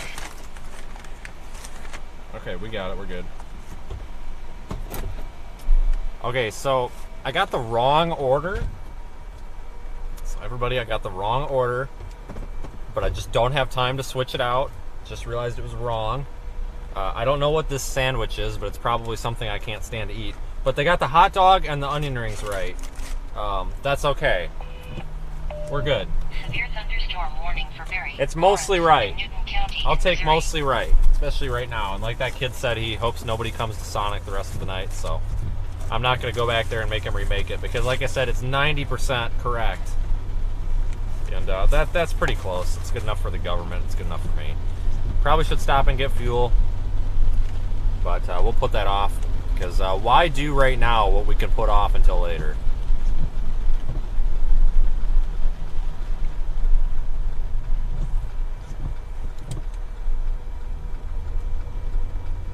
I wonder if I ordered it wrong, because the app crashed on me midway. I wonder if I put the order in wrong.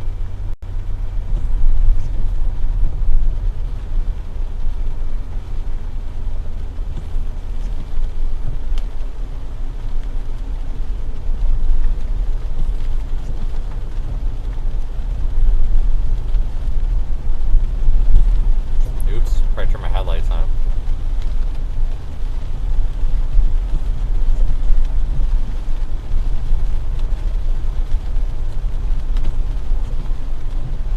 Your hometown. Well, this is the first time I've ever been through here in my life, I think.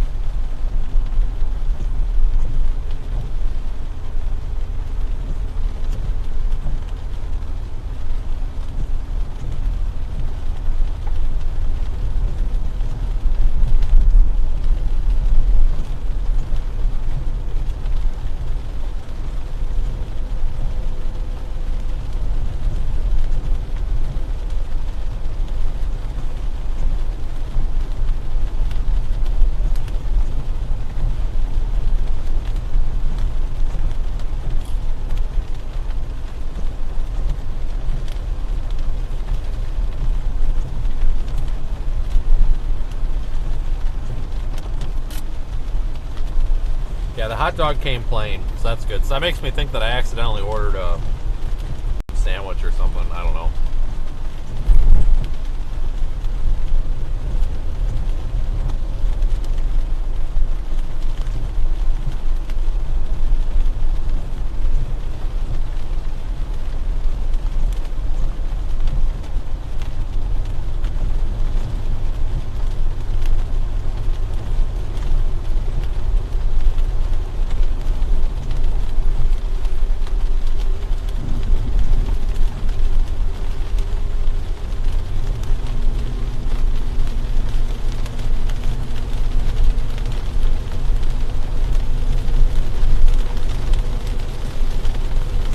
Go east here in a couple of miles.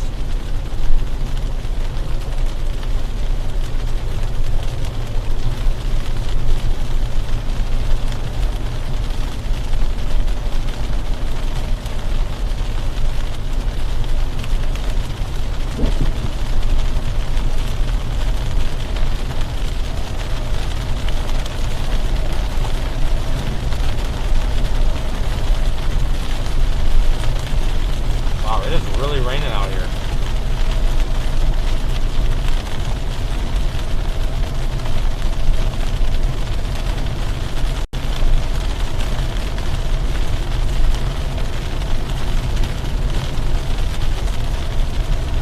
Wait, should we maybe? Holy cow! It's lightning everywhere. And again.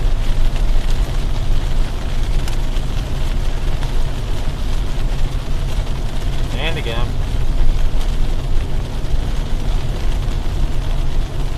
Elstar from 6 miles south of Bolton in Lamb County, Texas. Non-thunderstorm wind gust magnitude And again. 60 miles per hour. Reported by Mustang.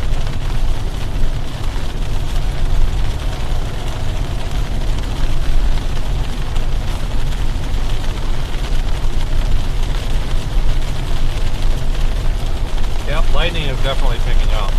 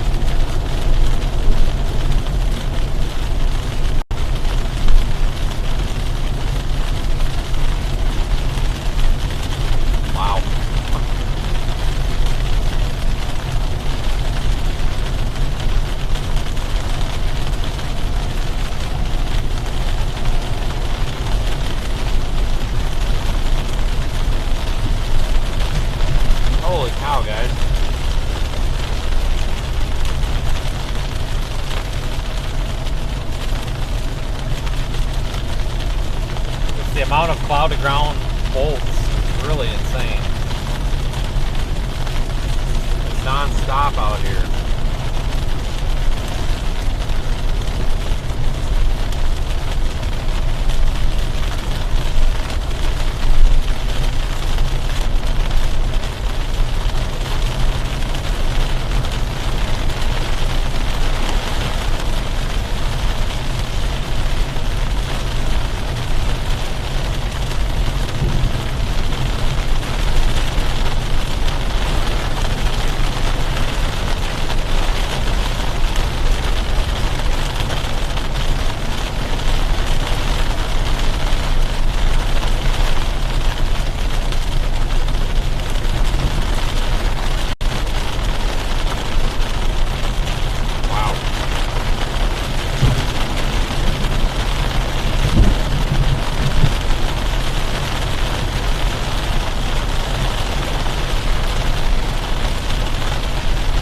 It doesn't end.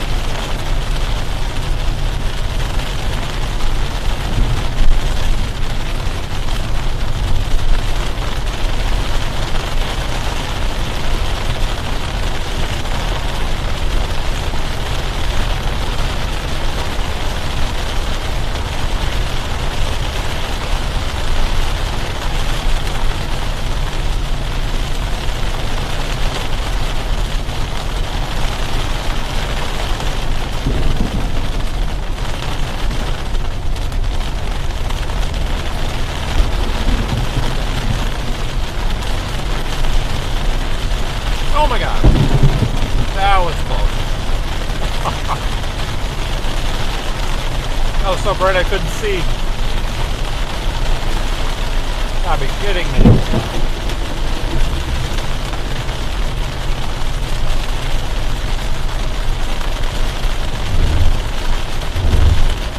Let's drive south and then east. Get a little bit ahead of this rain. If we go east right now, we're just gonna be stuck in the rain.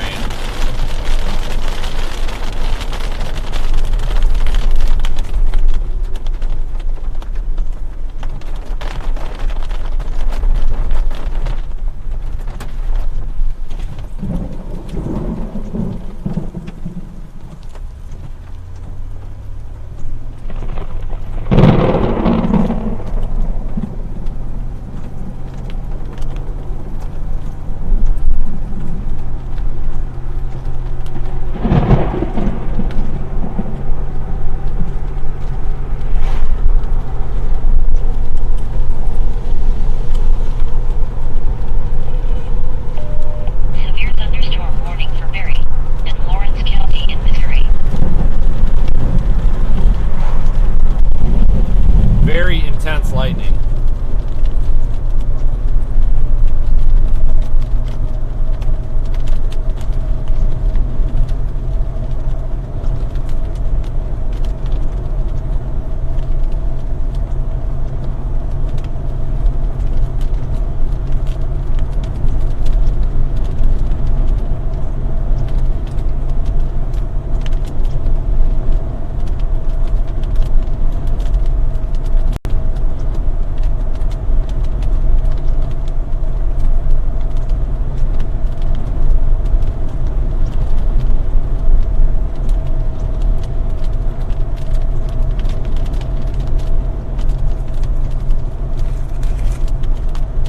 I would give the onion rings from Sonic a solid, like, 8 out of 10. They're pretty fantastic.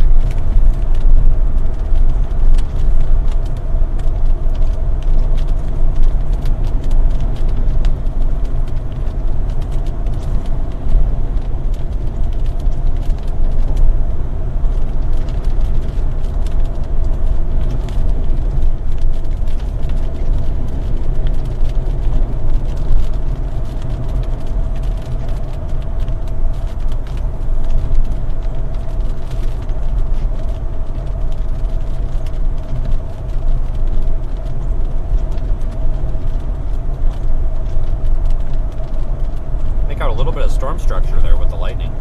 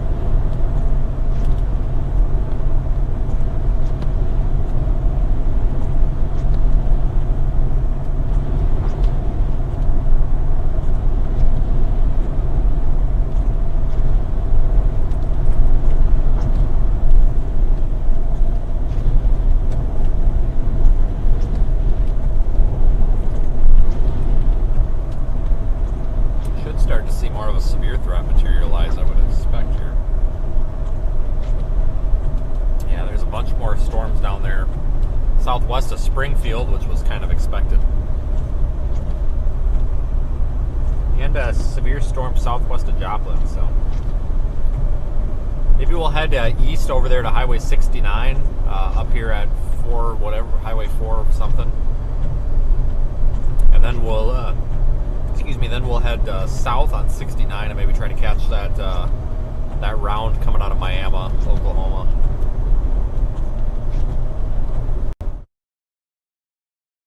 Uh-oh, what's this about?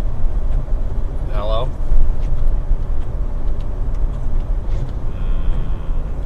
Probably not. No, I think I used it. Why?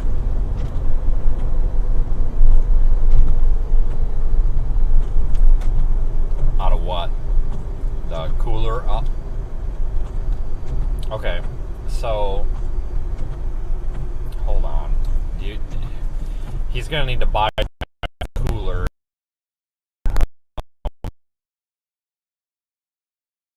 But you would need like a plastic fitting or something to shove them together, or figure out some way to stick them together. You know what I mean? Because that cooler's broke, but you don't necessarily need that cooler to drive it.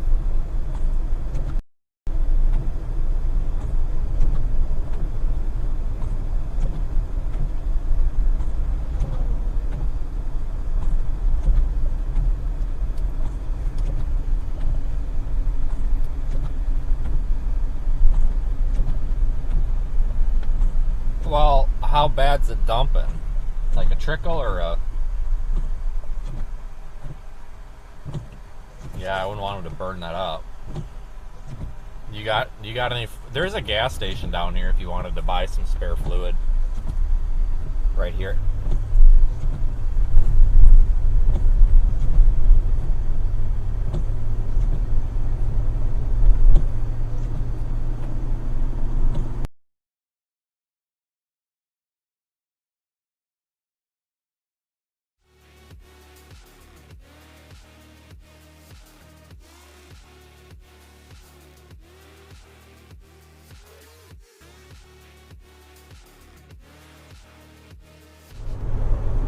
Okay, sounds good.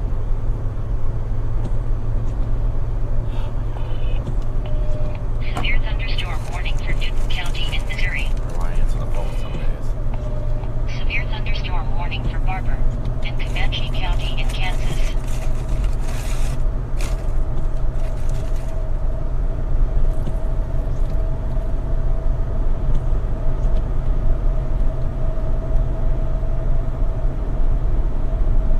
Still dropping south. I see a line of storms forming down there near Joplin, extending towards Springfield. I want to get a little ways south, get a little bit ahead of these storms.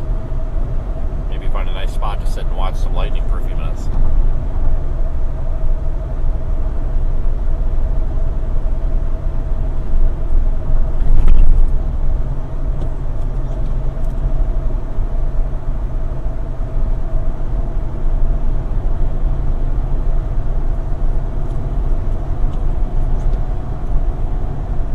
Sonic onion rings are like fantastic.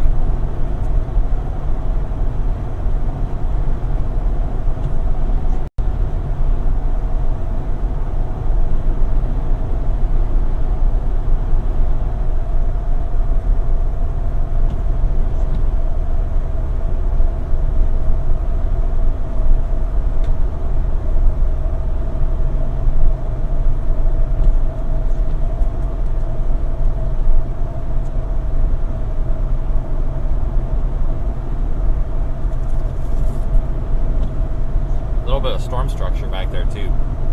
Nothing crazy. You can see here on Radar Omega those orange polygons down there toward the bottom of the screen. Those are the severe thunderstorm warnings I was talking about.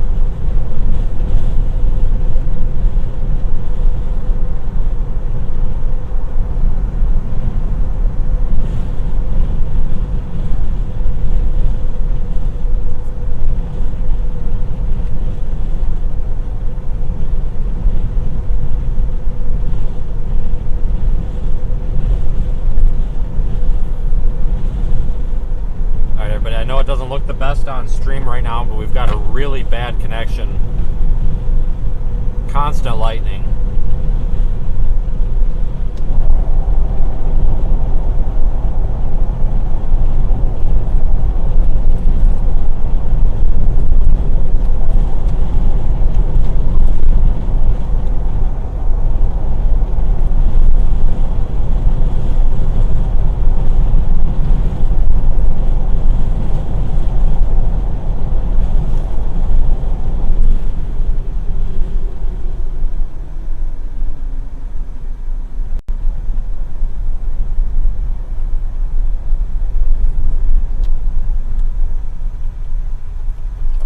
Side street. I don't think we're going to run into many people.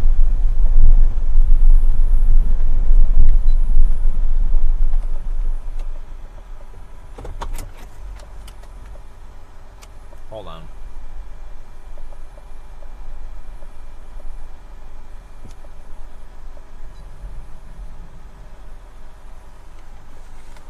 What a light show. See if we can update here what's going on. Cherokee and Crawford, and the following counties in Missouri, Barton, Jasper, and Newton. Remember, a severe thunderstorm watch means the conditions are favorable for the development of severe weather, including large hail and damaging winds in and close to the watch area. While severe weather may not be imminent, persons should remain alert for rapidly changing weather conditions and listen for later statements and possible warnings. Stay tuned to NOAA Weather Radio.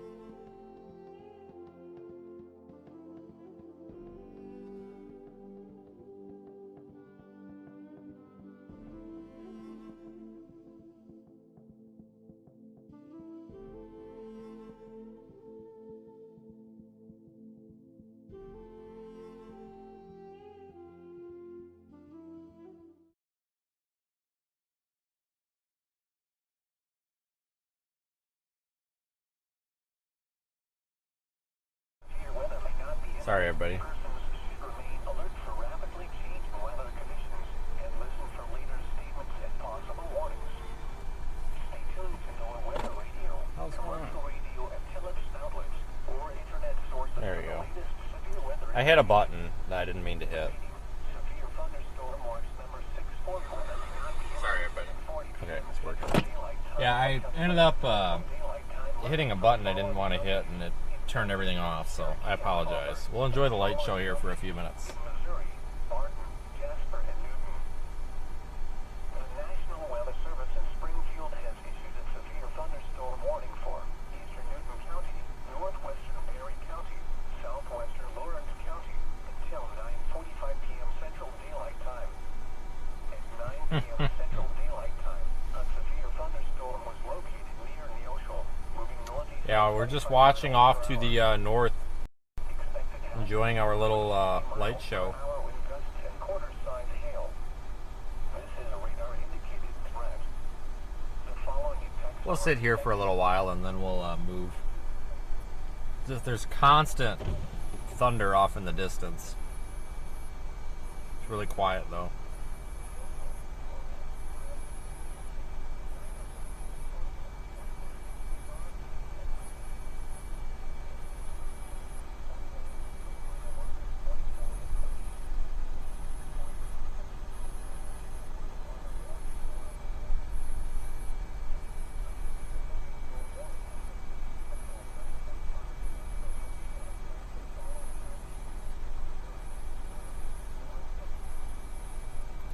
Might just actually want to stick with these storms for a while.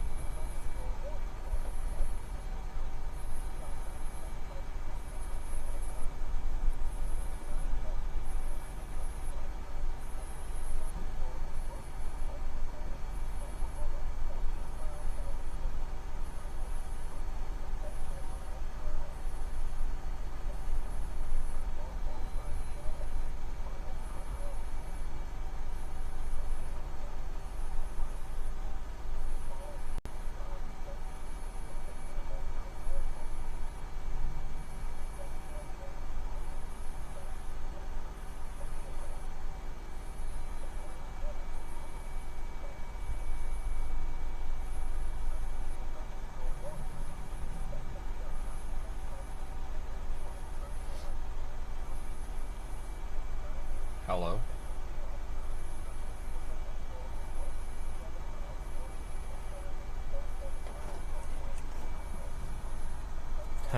Okay, good luck. Yeah. I don't even know. Middle of nowhere.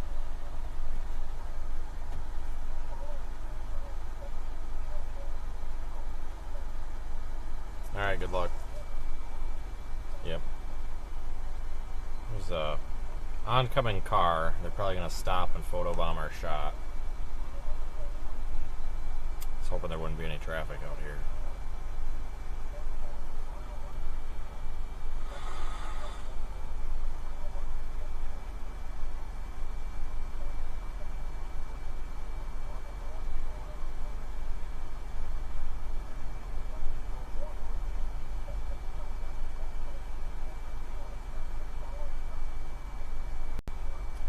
Really active lightning up in there still.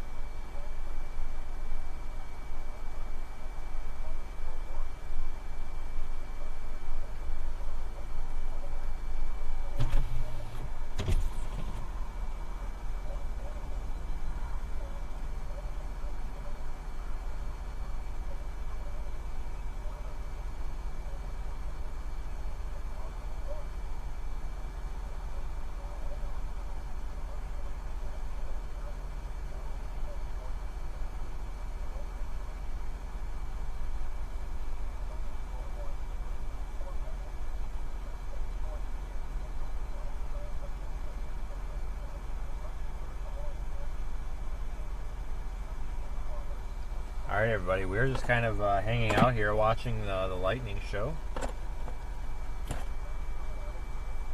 Really not much else to do out here.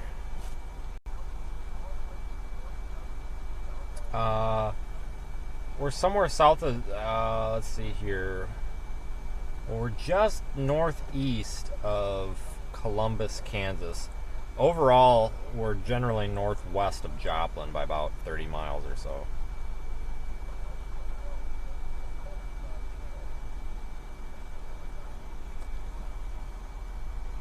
Yeah, it's a late stream today. I don't know how long we're going to be doing this either. It could be a couple hours, it could be several hours. Our cluster up here has weakened quite a bit.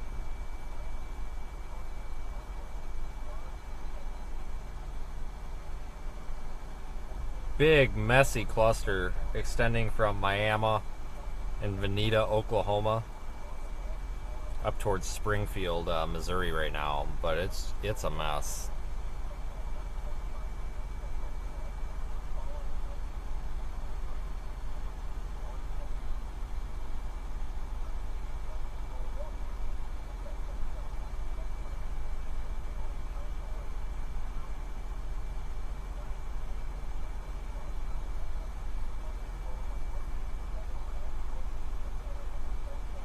You know, I can't believe I'm having a hard time comprehending this. I can't believe we're basically in Oklahoma. I mean, we're like 20 minutes from Oklahoma.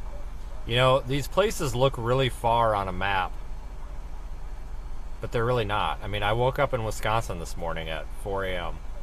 and here we're almost Oklahoma. But that's one of the things I like about doing this is that you get to go all over the place and see lots of places.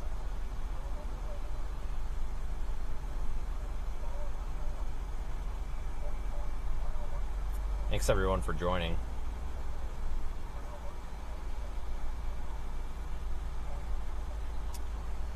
Welcome to our new viewers. Thank you to our super chatters and PayPal contributors.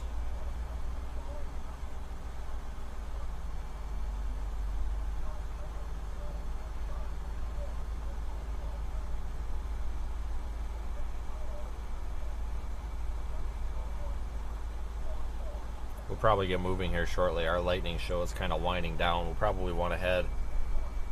I think we're just going to head due east.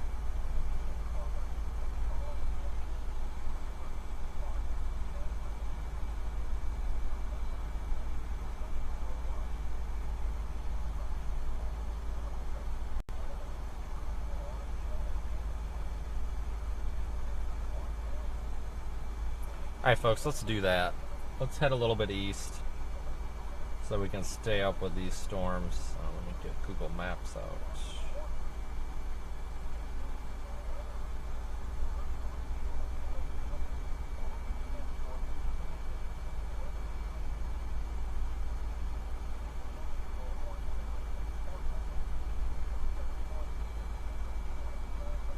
Okay. All right, so let's go east and see if we can get some more lightning. I tell you what, the cloud to ground lightning bolts that we had, oh, I don't know, was that maybe a half hour ago? Were just crazy.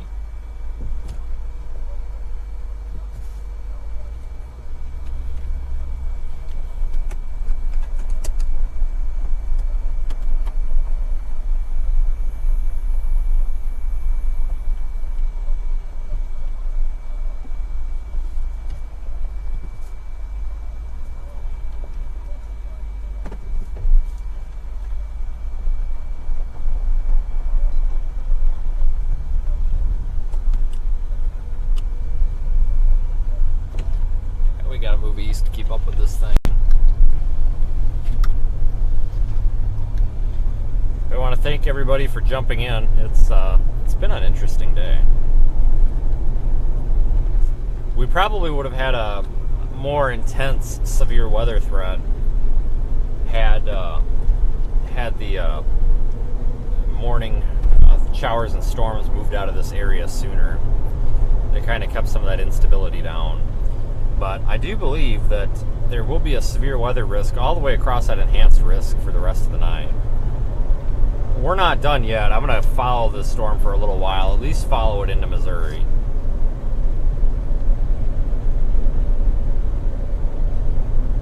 So I have a feeling it might intensify again here. Yeah, we got going late today.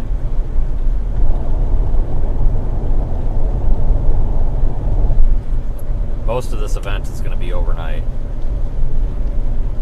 I would stay out here and stream it all night, but you run into the problem of there's really not a whole lot of people that watch at 1 o'clock in the morning, and that's what this often turns into. That area of south central and basically south central Missouri is really forested. In fact, it's a national forest, so you can't really chase in there very much, especially at night. It's a real pain. For a tornado threat, maybe, but not just a wind threat. But we're not done yet. We're gonna head after this storm. We kind of fell behind it a little bit. Thanks, Steven, for the super chat. We fell behind a little bit, but we'll get back up there again.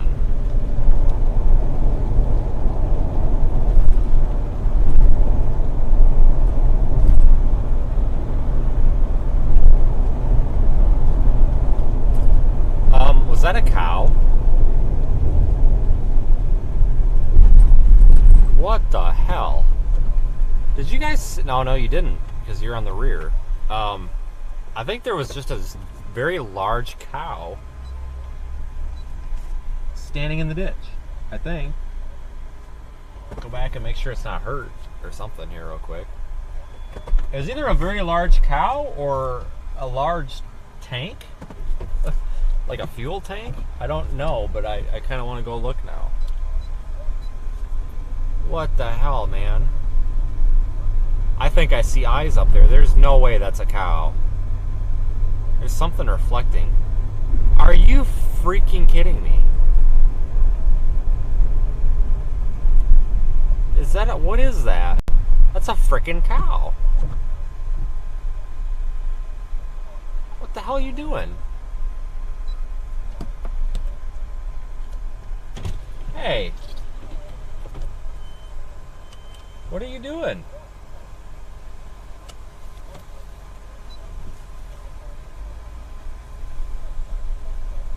We'll stay up. Let me stay here for a second so this cow don't get hit. We'll put some lights on it.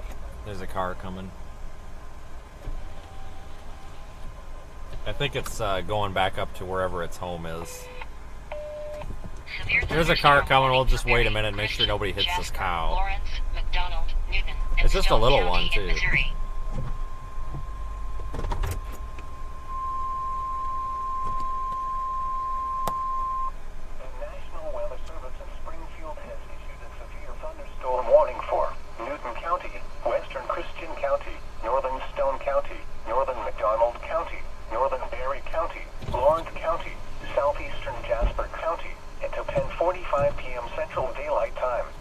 Where's the cow? Oh, he's right behind us. Central Daylight Time. A severe thunderstorm was located 8 miles east of Purdy, or 10 miles south of Aurora, moving east at 30 miles per hour.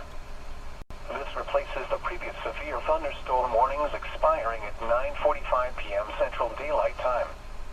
Expected hazards include 60 miles per hour wind gusts and quarter-size hail. This is a radar-indicated threat. The following impacts are expected. Hail damage to vehicles is expected. Expect wind damage to roofs, siding, and trees. Locations impacted include Southern Joplin, I think it might have went back into its home. Neosho, Table Rock Lake, Monette, Aurora, Mount Vernon, Casto, Seneca, Marionville, Clapper, Granby, Anderson, Duquesne, Crane, Sartic. I don't know where the darn thing came from. And Duneward.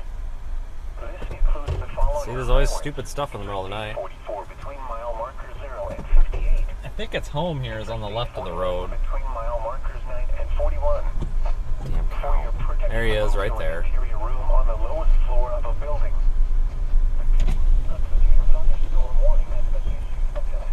Go home.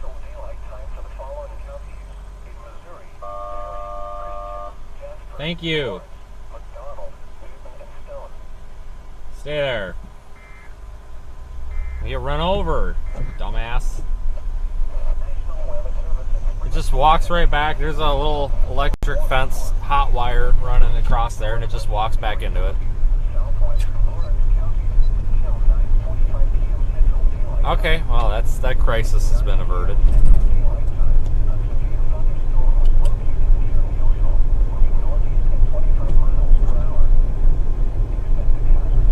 Just a little one, too.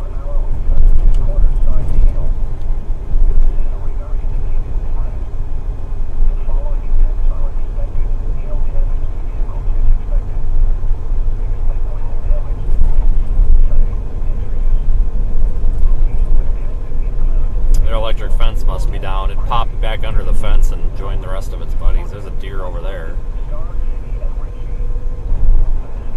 Maybe power's out, who knows?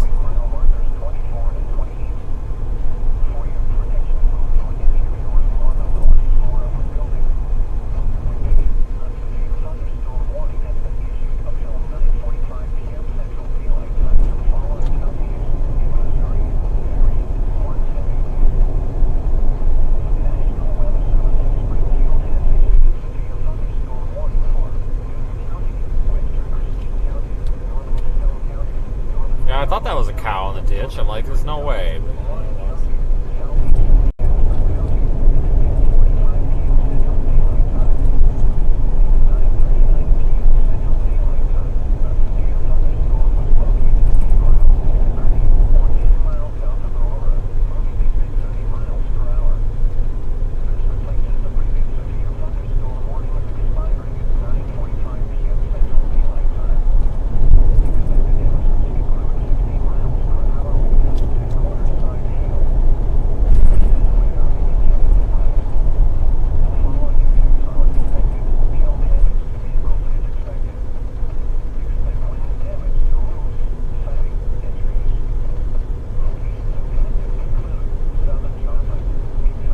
This thing still has a lot of lightning in it. You're looking just off to the north, too.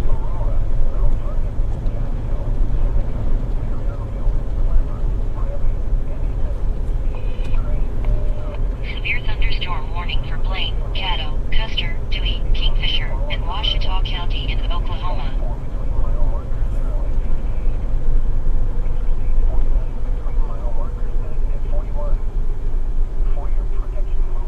Thanks, Mark, for the super chat. Really appreciate the channel support.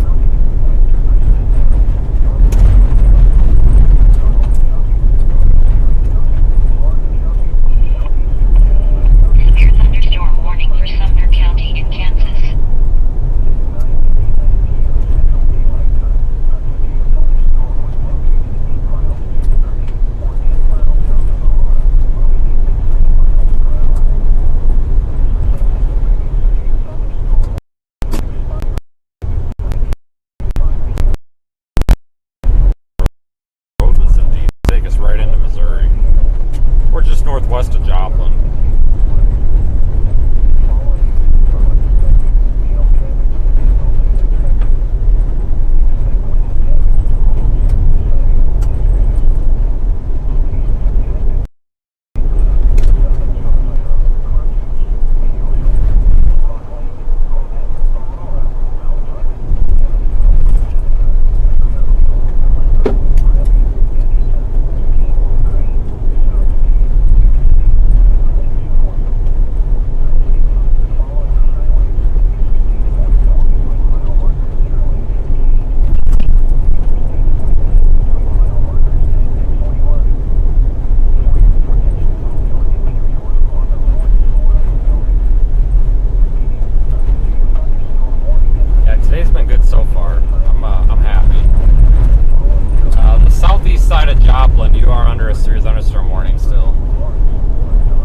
Primarily a wind risk tonight for any of these storms.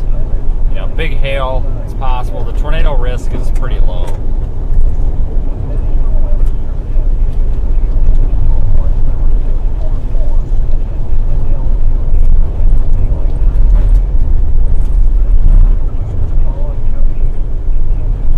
Still have that 5% risk out though. Thanks, Joe. Yeah, we are lucky with our lightning show out here. It's starting to rain a little bit again.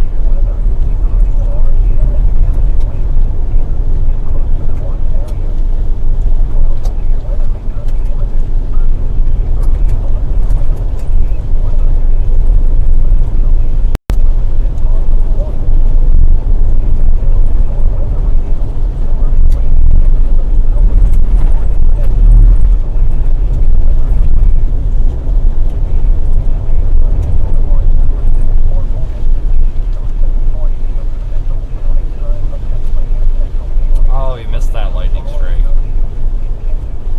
Water's getting on the lens, kind of ruining our shot.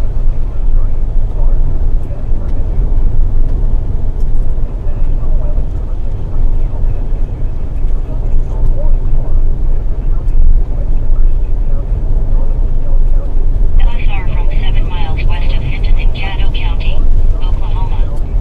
Thunderstorm wind gust magnitude measured 65 miles per hour. Reported by Messonnier.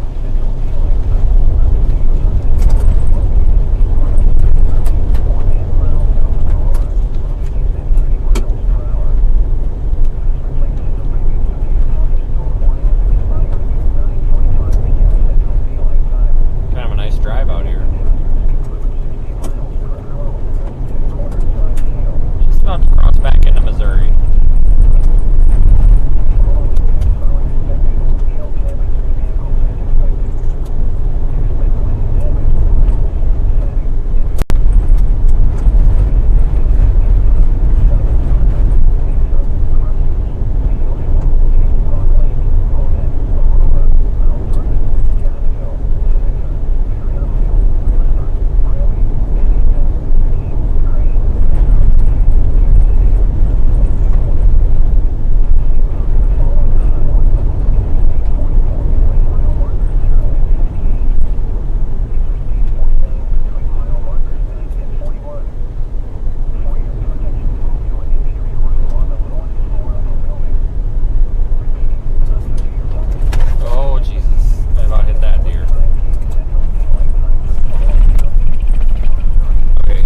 Like if we follow this road south,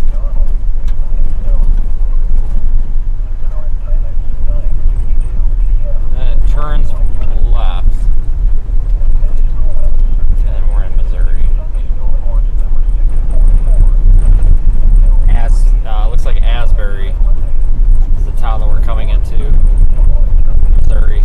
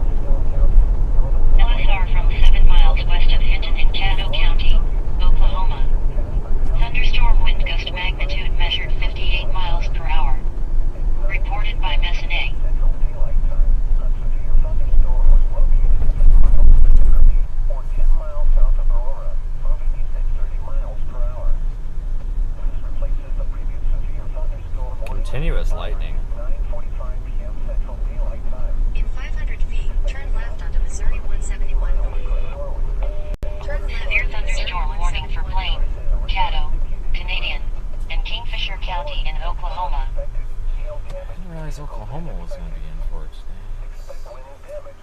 I gotta figure out a route.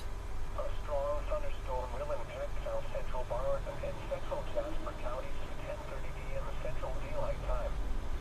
At 9:54 p.m. Central Daylight Time, the Doppler radar was tracking a strong thunderstorm over Alba or near Carlton. There's nobody behind us. I'm trying to find a route. Expected hazards include wind gusts up to 50 miles per hour. What the heck? This is a radar indicated threat. The following impacts are expected. Gusty winds could not Head east on Oak Street toward How about not? Head east on Oak Street toward Missouri 171 South, then turn left onto Missouri 171 North. Thank you, Google, but I think we're good. Carterville, Jasper, Airport Drive, Alba, Purcell, Nashville, Carytown, Neck City, Brooklyn Heights, Waco, New Denville, Oakland Park, and Maple Grove. This includes Interstate 49 between mile markers 43 and 67. Keep outdoors. I'm gonna go left. Oh, jeez. Ouch. Yeah, so we are in Missouri now, officially. Continue for 5 miles. Daylight time for southeastern Kansas and southwestern Missouri. I'm gonna head north, because if we go south, we're just going down a rabbit's hole. We're gonna try to see if we can catch this. Let's move to the southeast, which is right over my left shoulder. Not getting much lightning off of it, though.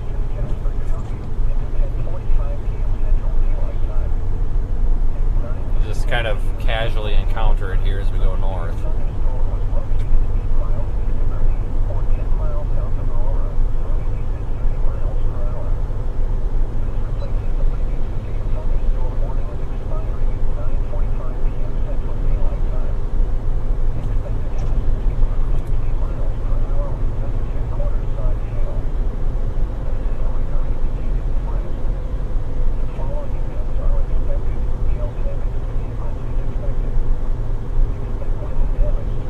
Yeah, today has overperformed so far, in my opinion, because, at least to me, I'll be honest with you folks, I didn't even think we were going to get anything. It looked like it was going to be a bust because of that morning convection holding on, but we still got it. We had that beautiful storm earlier. I'll put it on screen here in a minute. Absolutely beautiful storm earlier.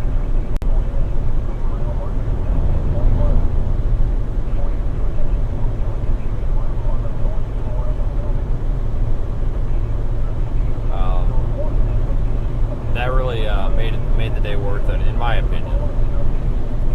Your opinion may differ, but I'm happy with it. I'm not too picky with these storm chases. As long as I can get a nice picture, I'm usually pretty happy. That's what we saw earlier. Now this is raw. I have not edited it. We'll bring the shadows down a little bit and add a little bit of saturation there, and that picture will clean up real nice. Thanks, Mark, for the super chat. But we had just this big supercell earlier.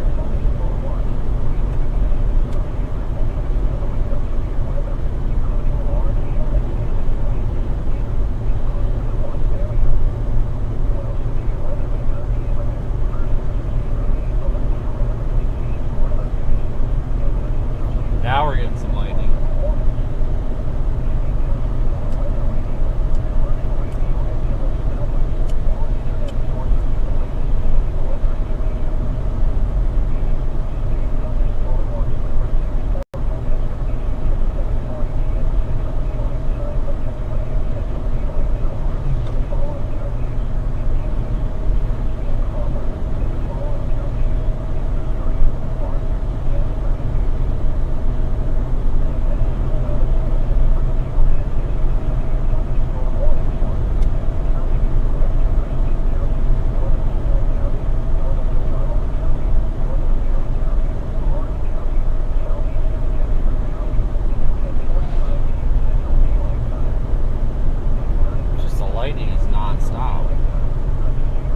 I think over the next while, and when I say while, I don't really know the time period, but You know, I would say over the next 2 weeks, and there's going to be a delayed start to this. So maybe after the end of this week through the next week and a half, I think we're going to be out in the plains, central, northern, and the high plains. Maybe another Yuma day, who knows, but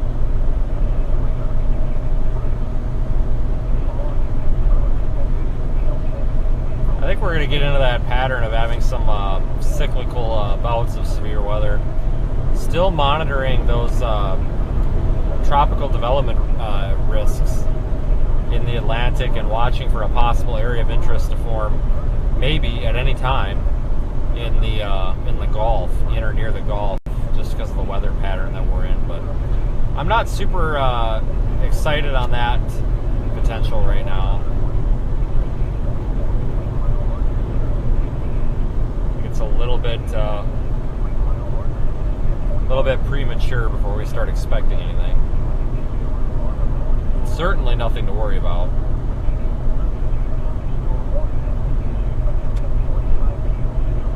In half a mile, turn right onto South 260th Street.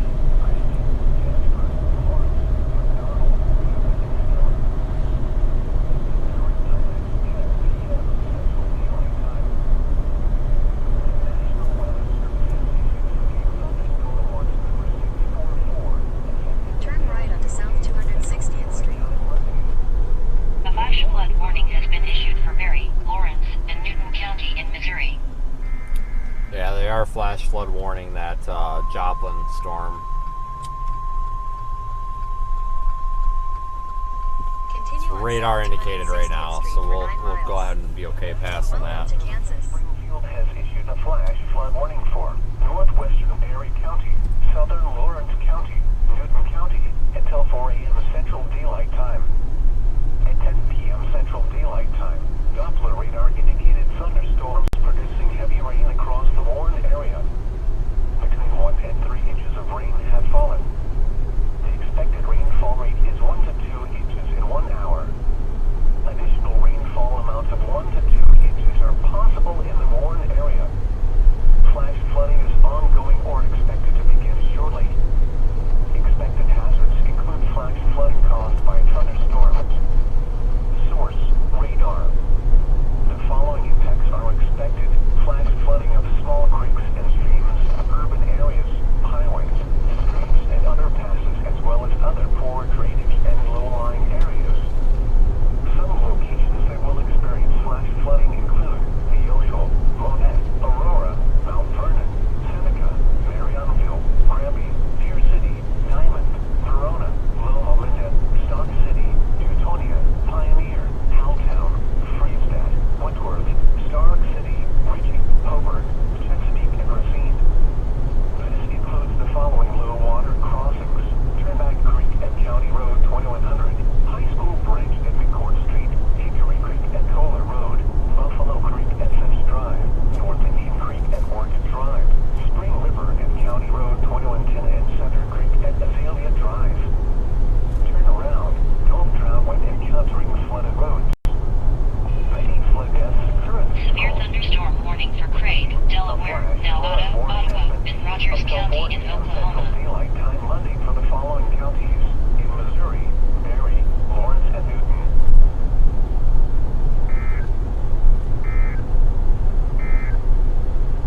The National Weather Service has issued severe They are flash flood warning the storms south of Joplin. Nothing observed yet. If that was observed with reports coming in, I would be more interested to go down there. But there's a lot of rain falling, but I don't think it's enough to be really catastrophic.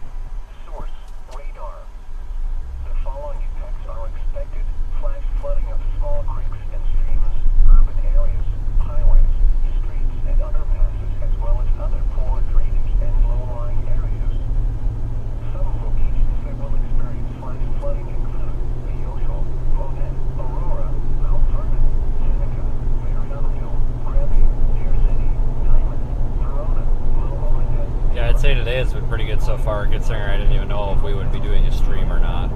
I really didn't know because I was thinking, you know, man, if everything was way off and we didn't get our storms to start up until like 8 or 9 o'clock at night, and they were in the middle of the forest, I was just gonna say the heck with it. But everything started off a little bit farther west than expected, and that was actually a nice surprise. Now, a couple of days ago, it looked like today was going to be a western Iowa day, and then our weather system trended a little bit farther south and west. So much for that.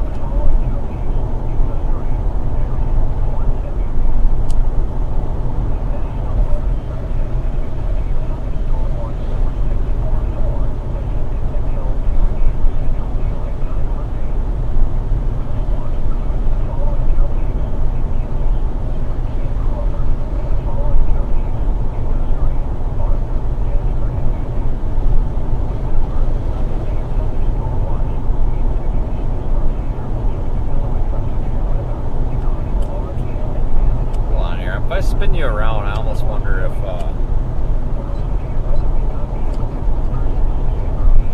we can catch the lightning up the backside of this other little squall.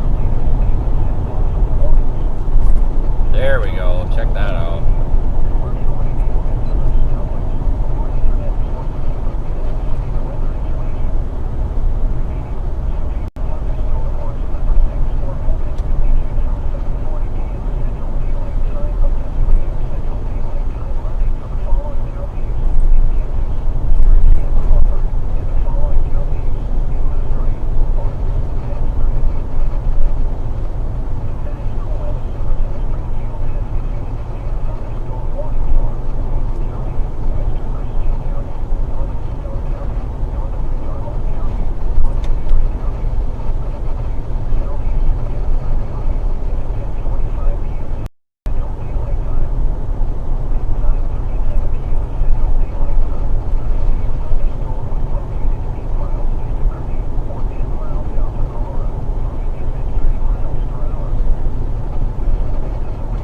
Away from these trees a little bit here, and we'll have a really good view.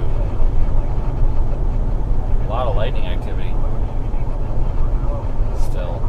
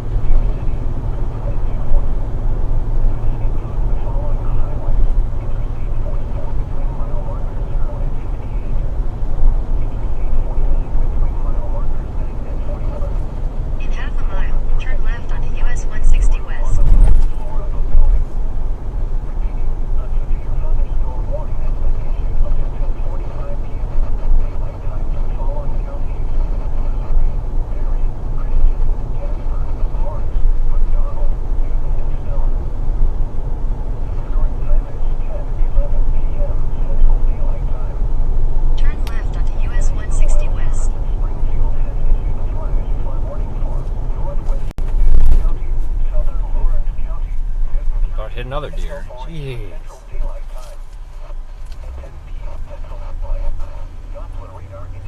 Head north on South 260th Street, Military Road, toward East 600th Avenue. Just trying to look for oncoming cars with the stop sign there, and a deer about ran out for us.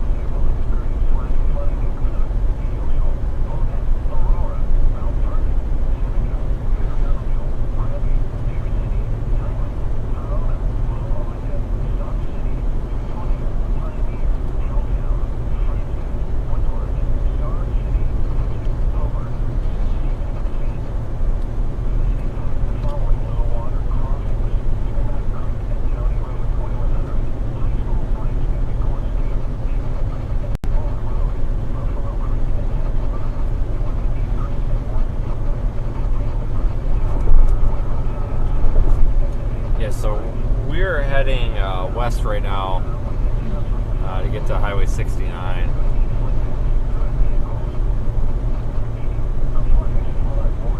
And the camera itself is looking a little bit south. So that's the lightning on the back side of that MCS in northeast Oklahoma.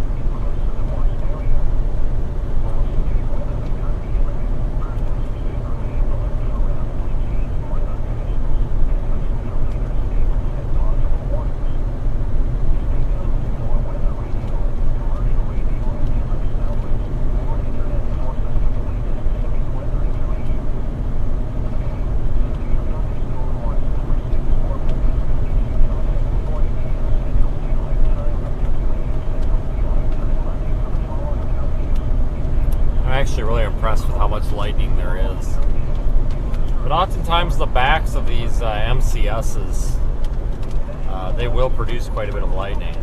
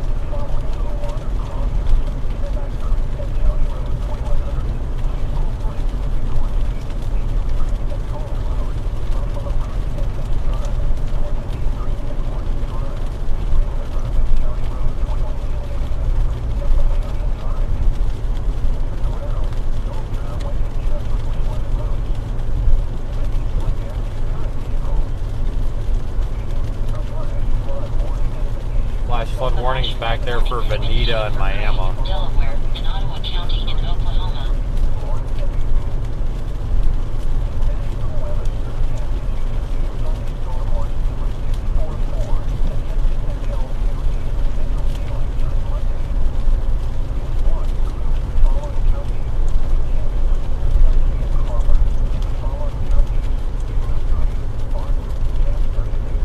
LSR from Seneca and Newton County, Missouri. Flash flood.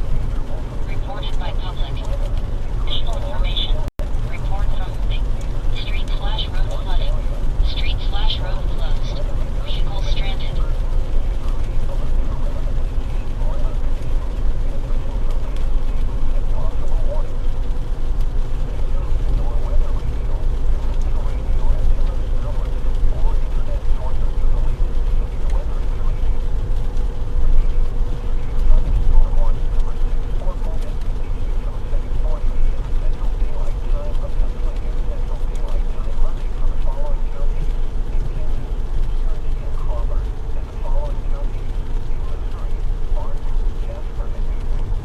I actually stop up here for another minute here and watch this.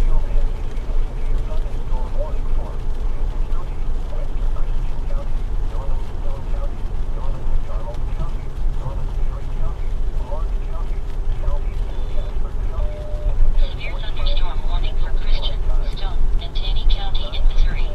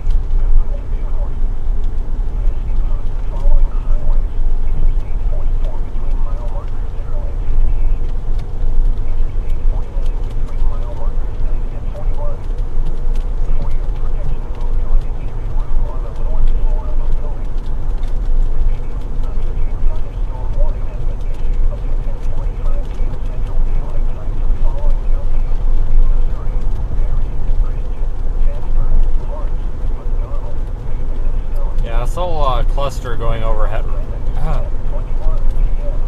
right now doesn't really have a whole lot of lighting in it.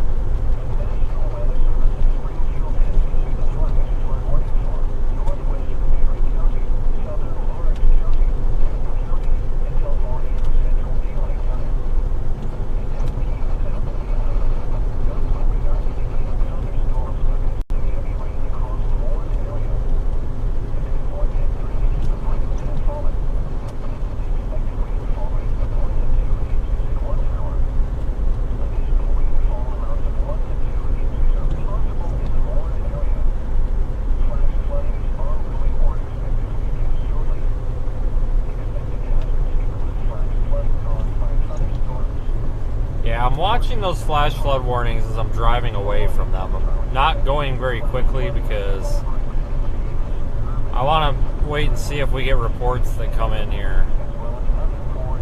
If we start getting a bunch of reports from down there, we may have to go. But I've heard one report come in, and that's it.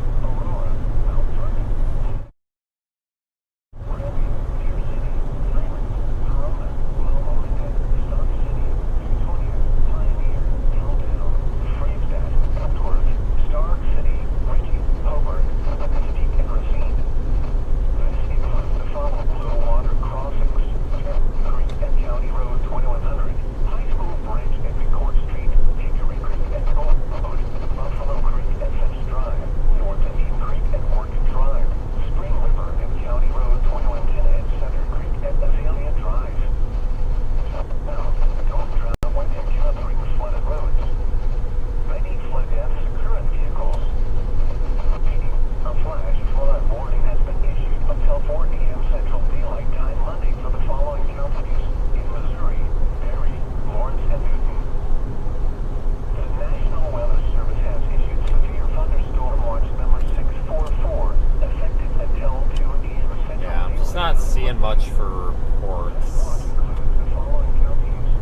did come in, but interestingly enough, it's just still just radar indicated. Radar.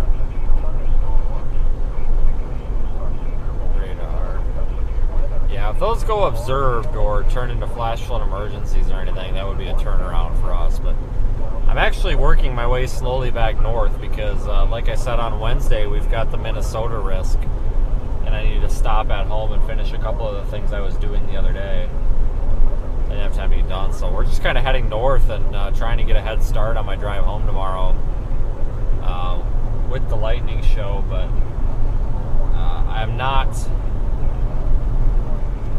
going very quickly. In fact, we're going about 10 miles an hour under the speed limit right now. I'm just trying to give those flash flood warnings a little bit of time.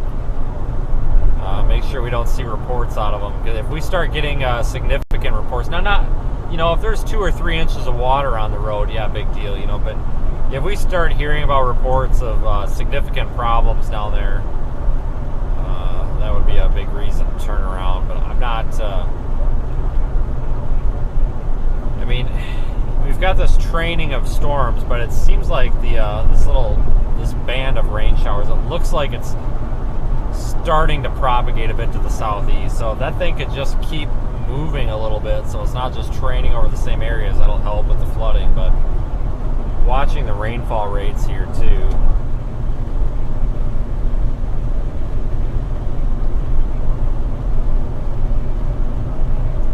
Interested about that Neosho area for flooding. Neosho, Missouri.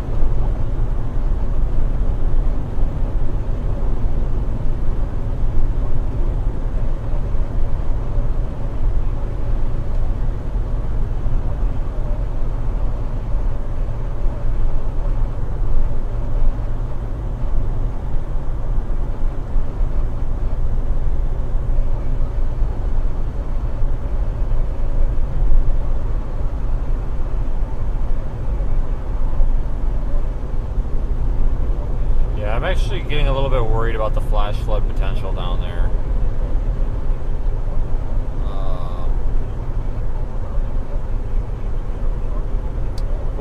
I'll watch this on radar for a while. Let me check a couple of things.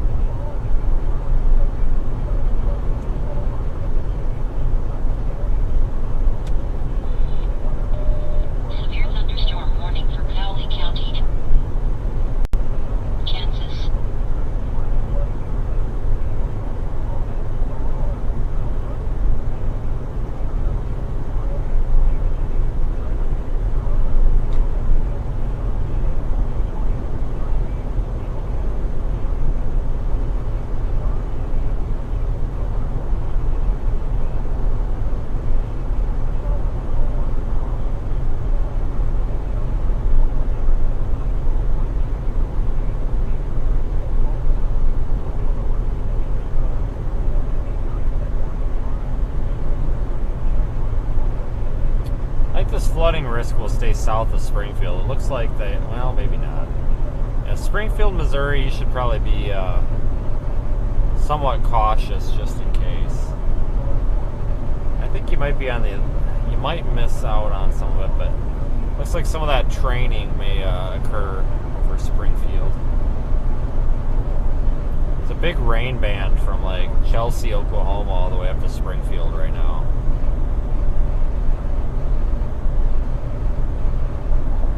does look like that line is starting to propagate. Let's see, my radar loop starts at what time?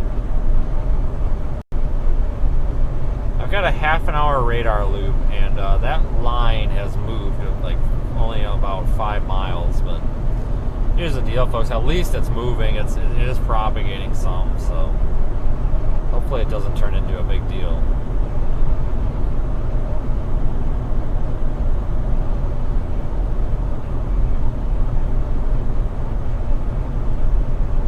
Obviously, we don't want to see a bunch of stuff flood down there.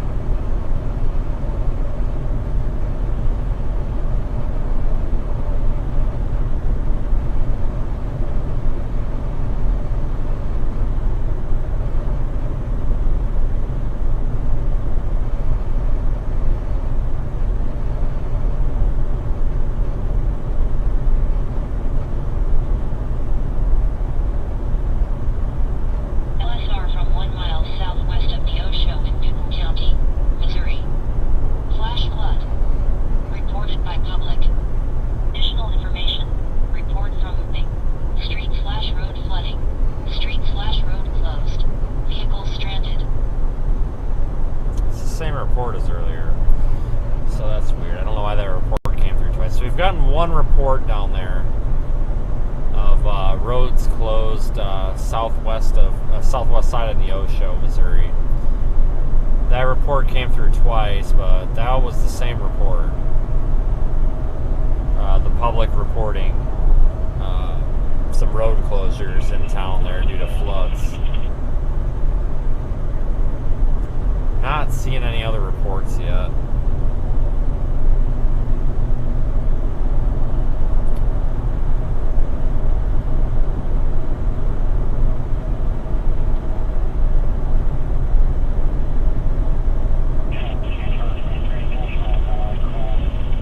Plus it came from Ampane. I don't trust that. There is a mesoscale discussion out for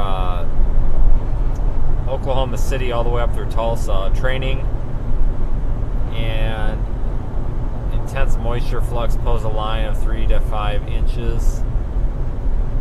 Flash flooding likely there. So yeah, it could have some flash flooding back into central Oklahoma as well.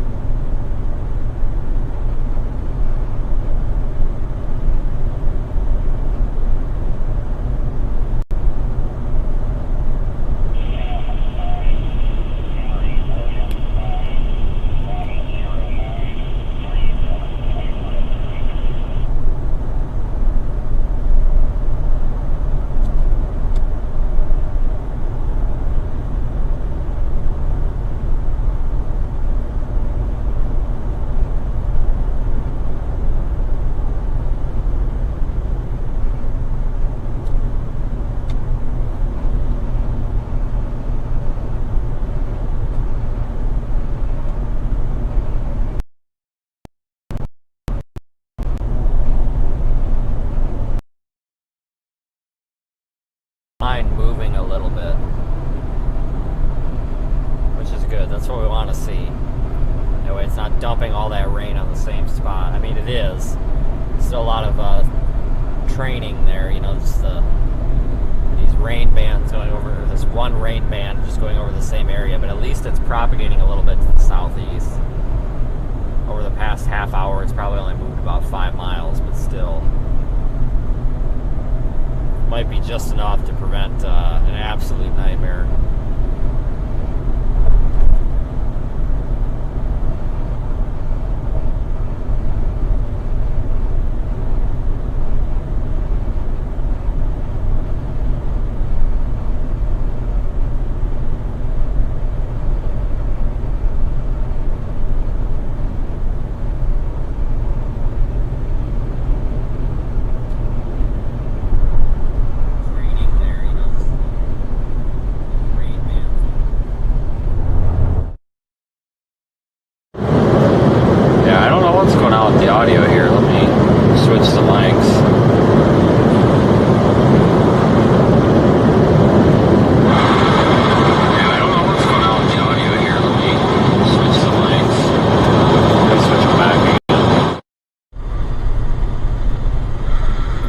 this does anything.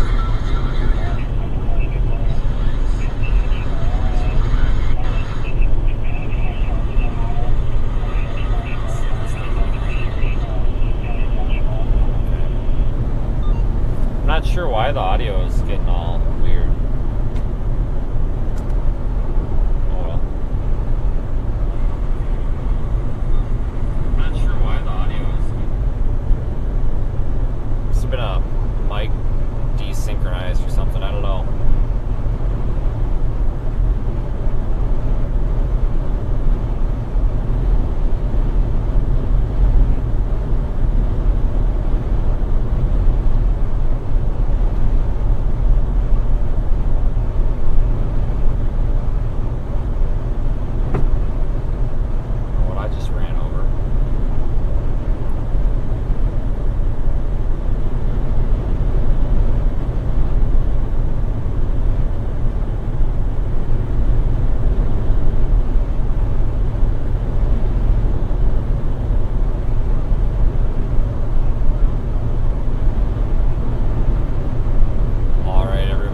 That's probably going to be about it for us.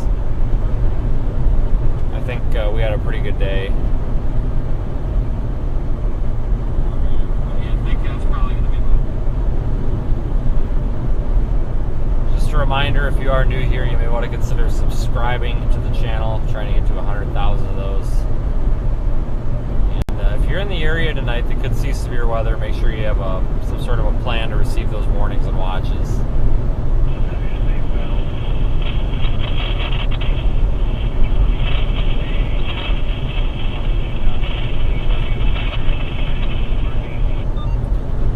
I'll be monitoring those floods very closely. If it looks like they're going to turn into something, I'll flip back around if needed.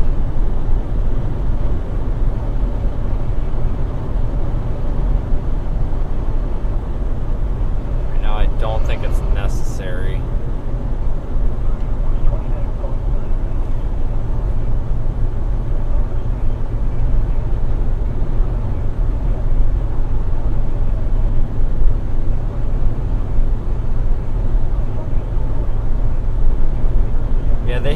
They've got the warning just saying that reports of 2 to 3 inches of rain have fallen. Additional 1 to 2 inches are possible. Some flash flooding is occurring. They don't give any details. That's just a pretty general warning.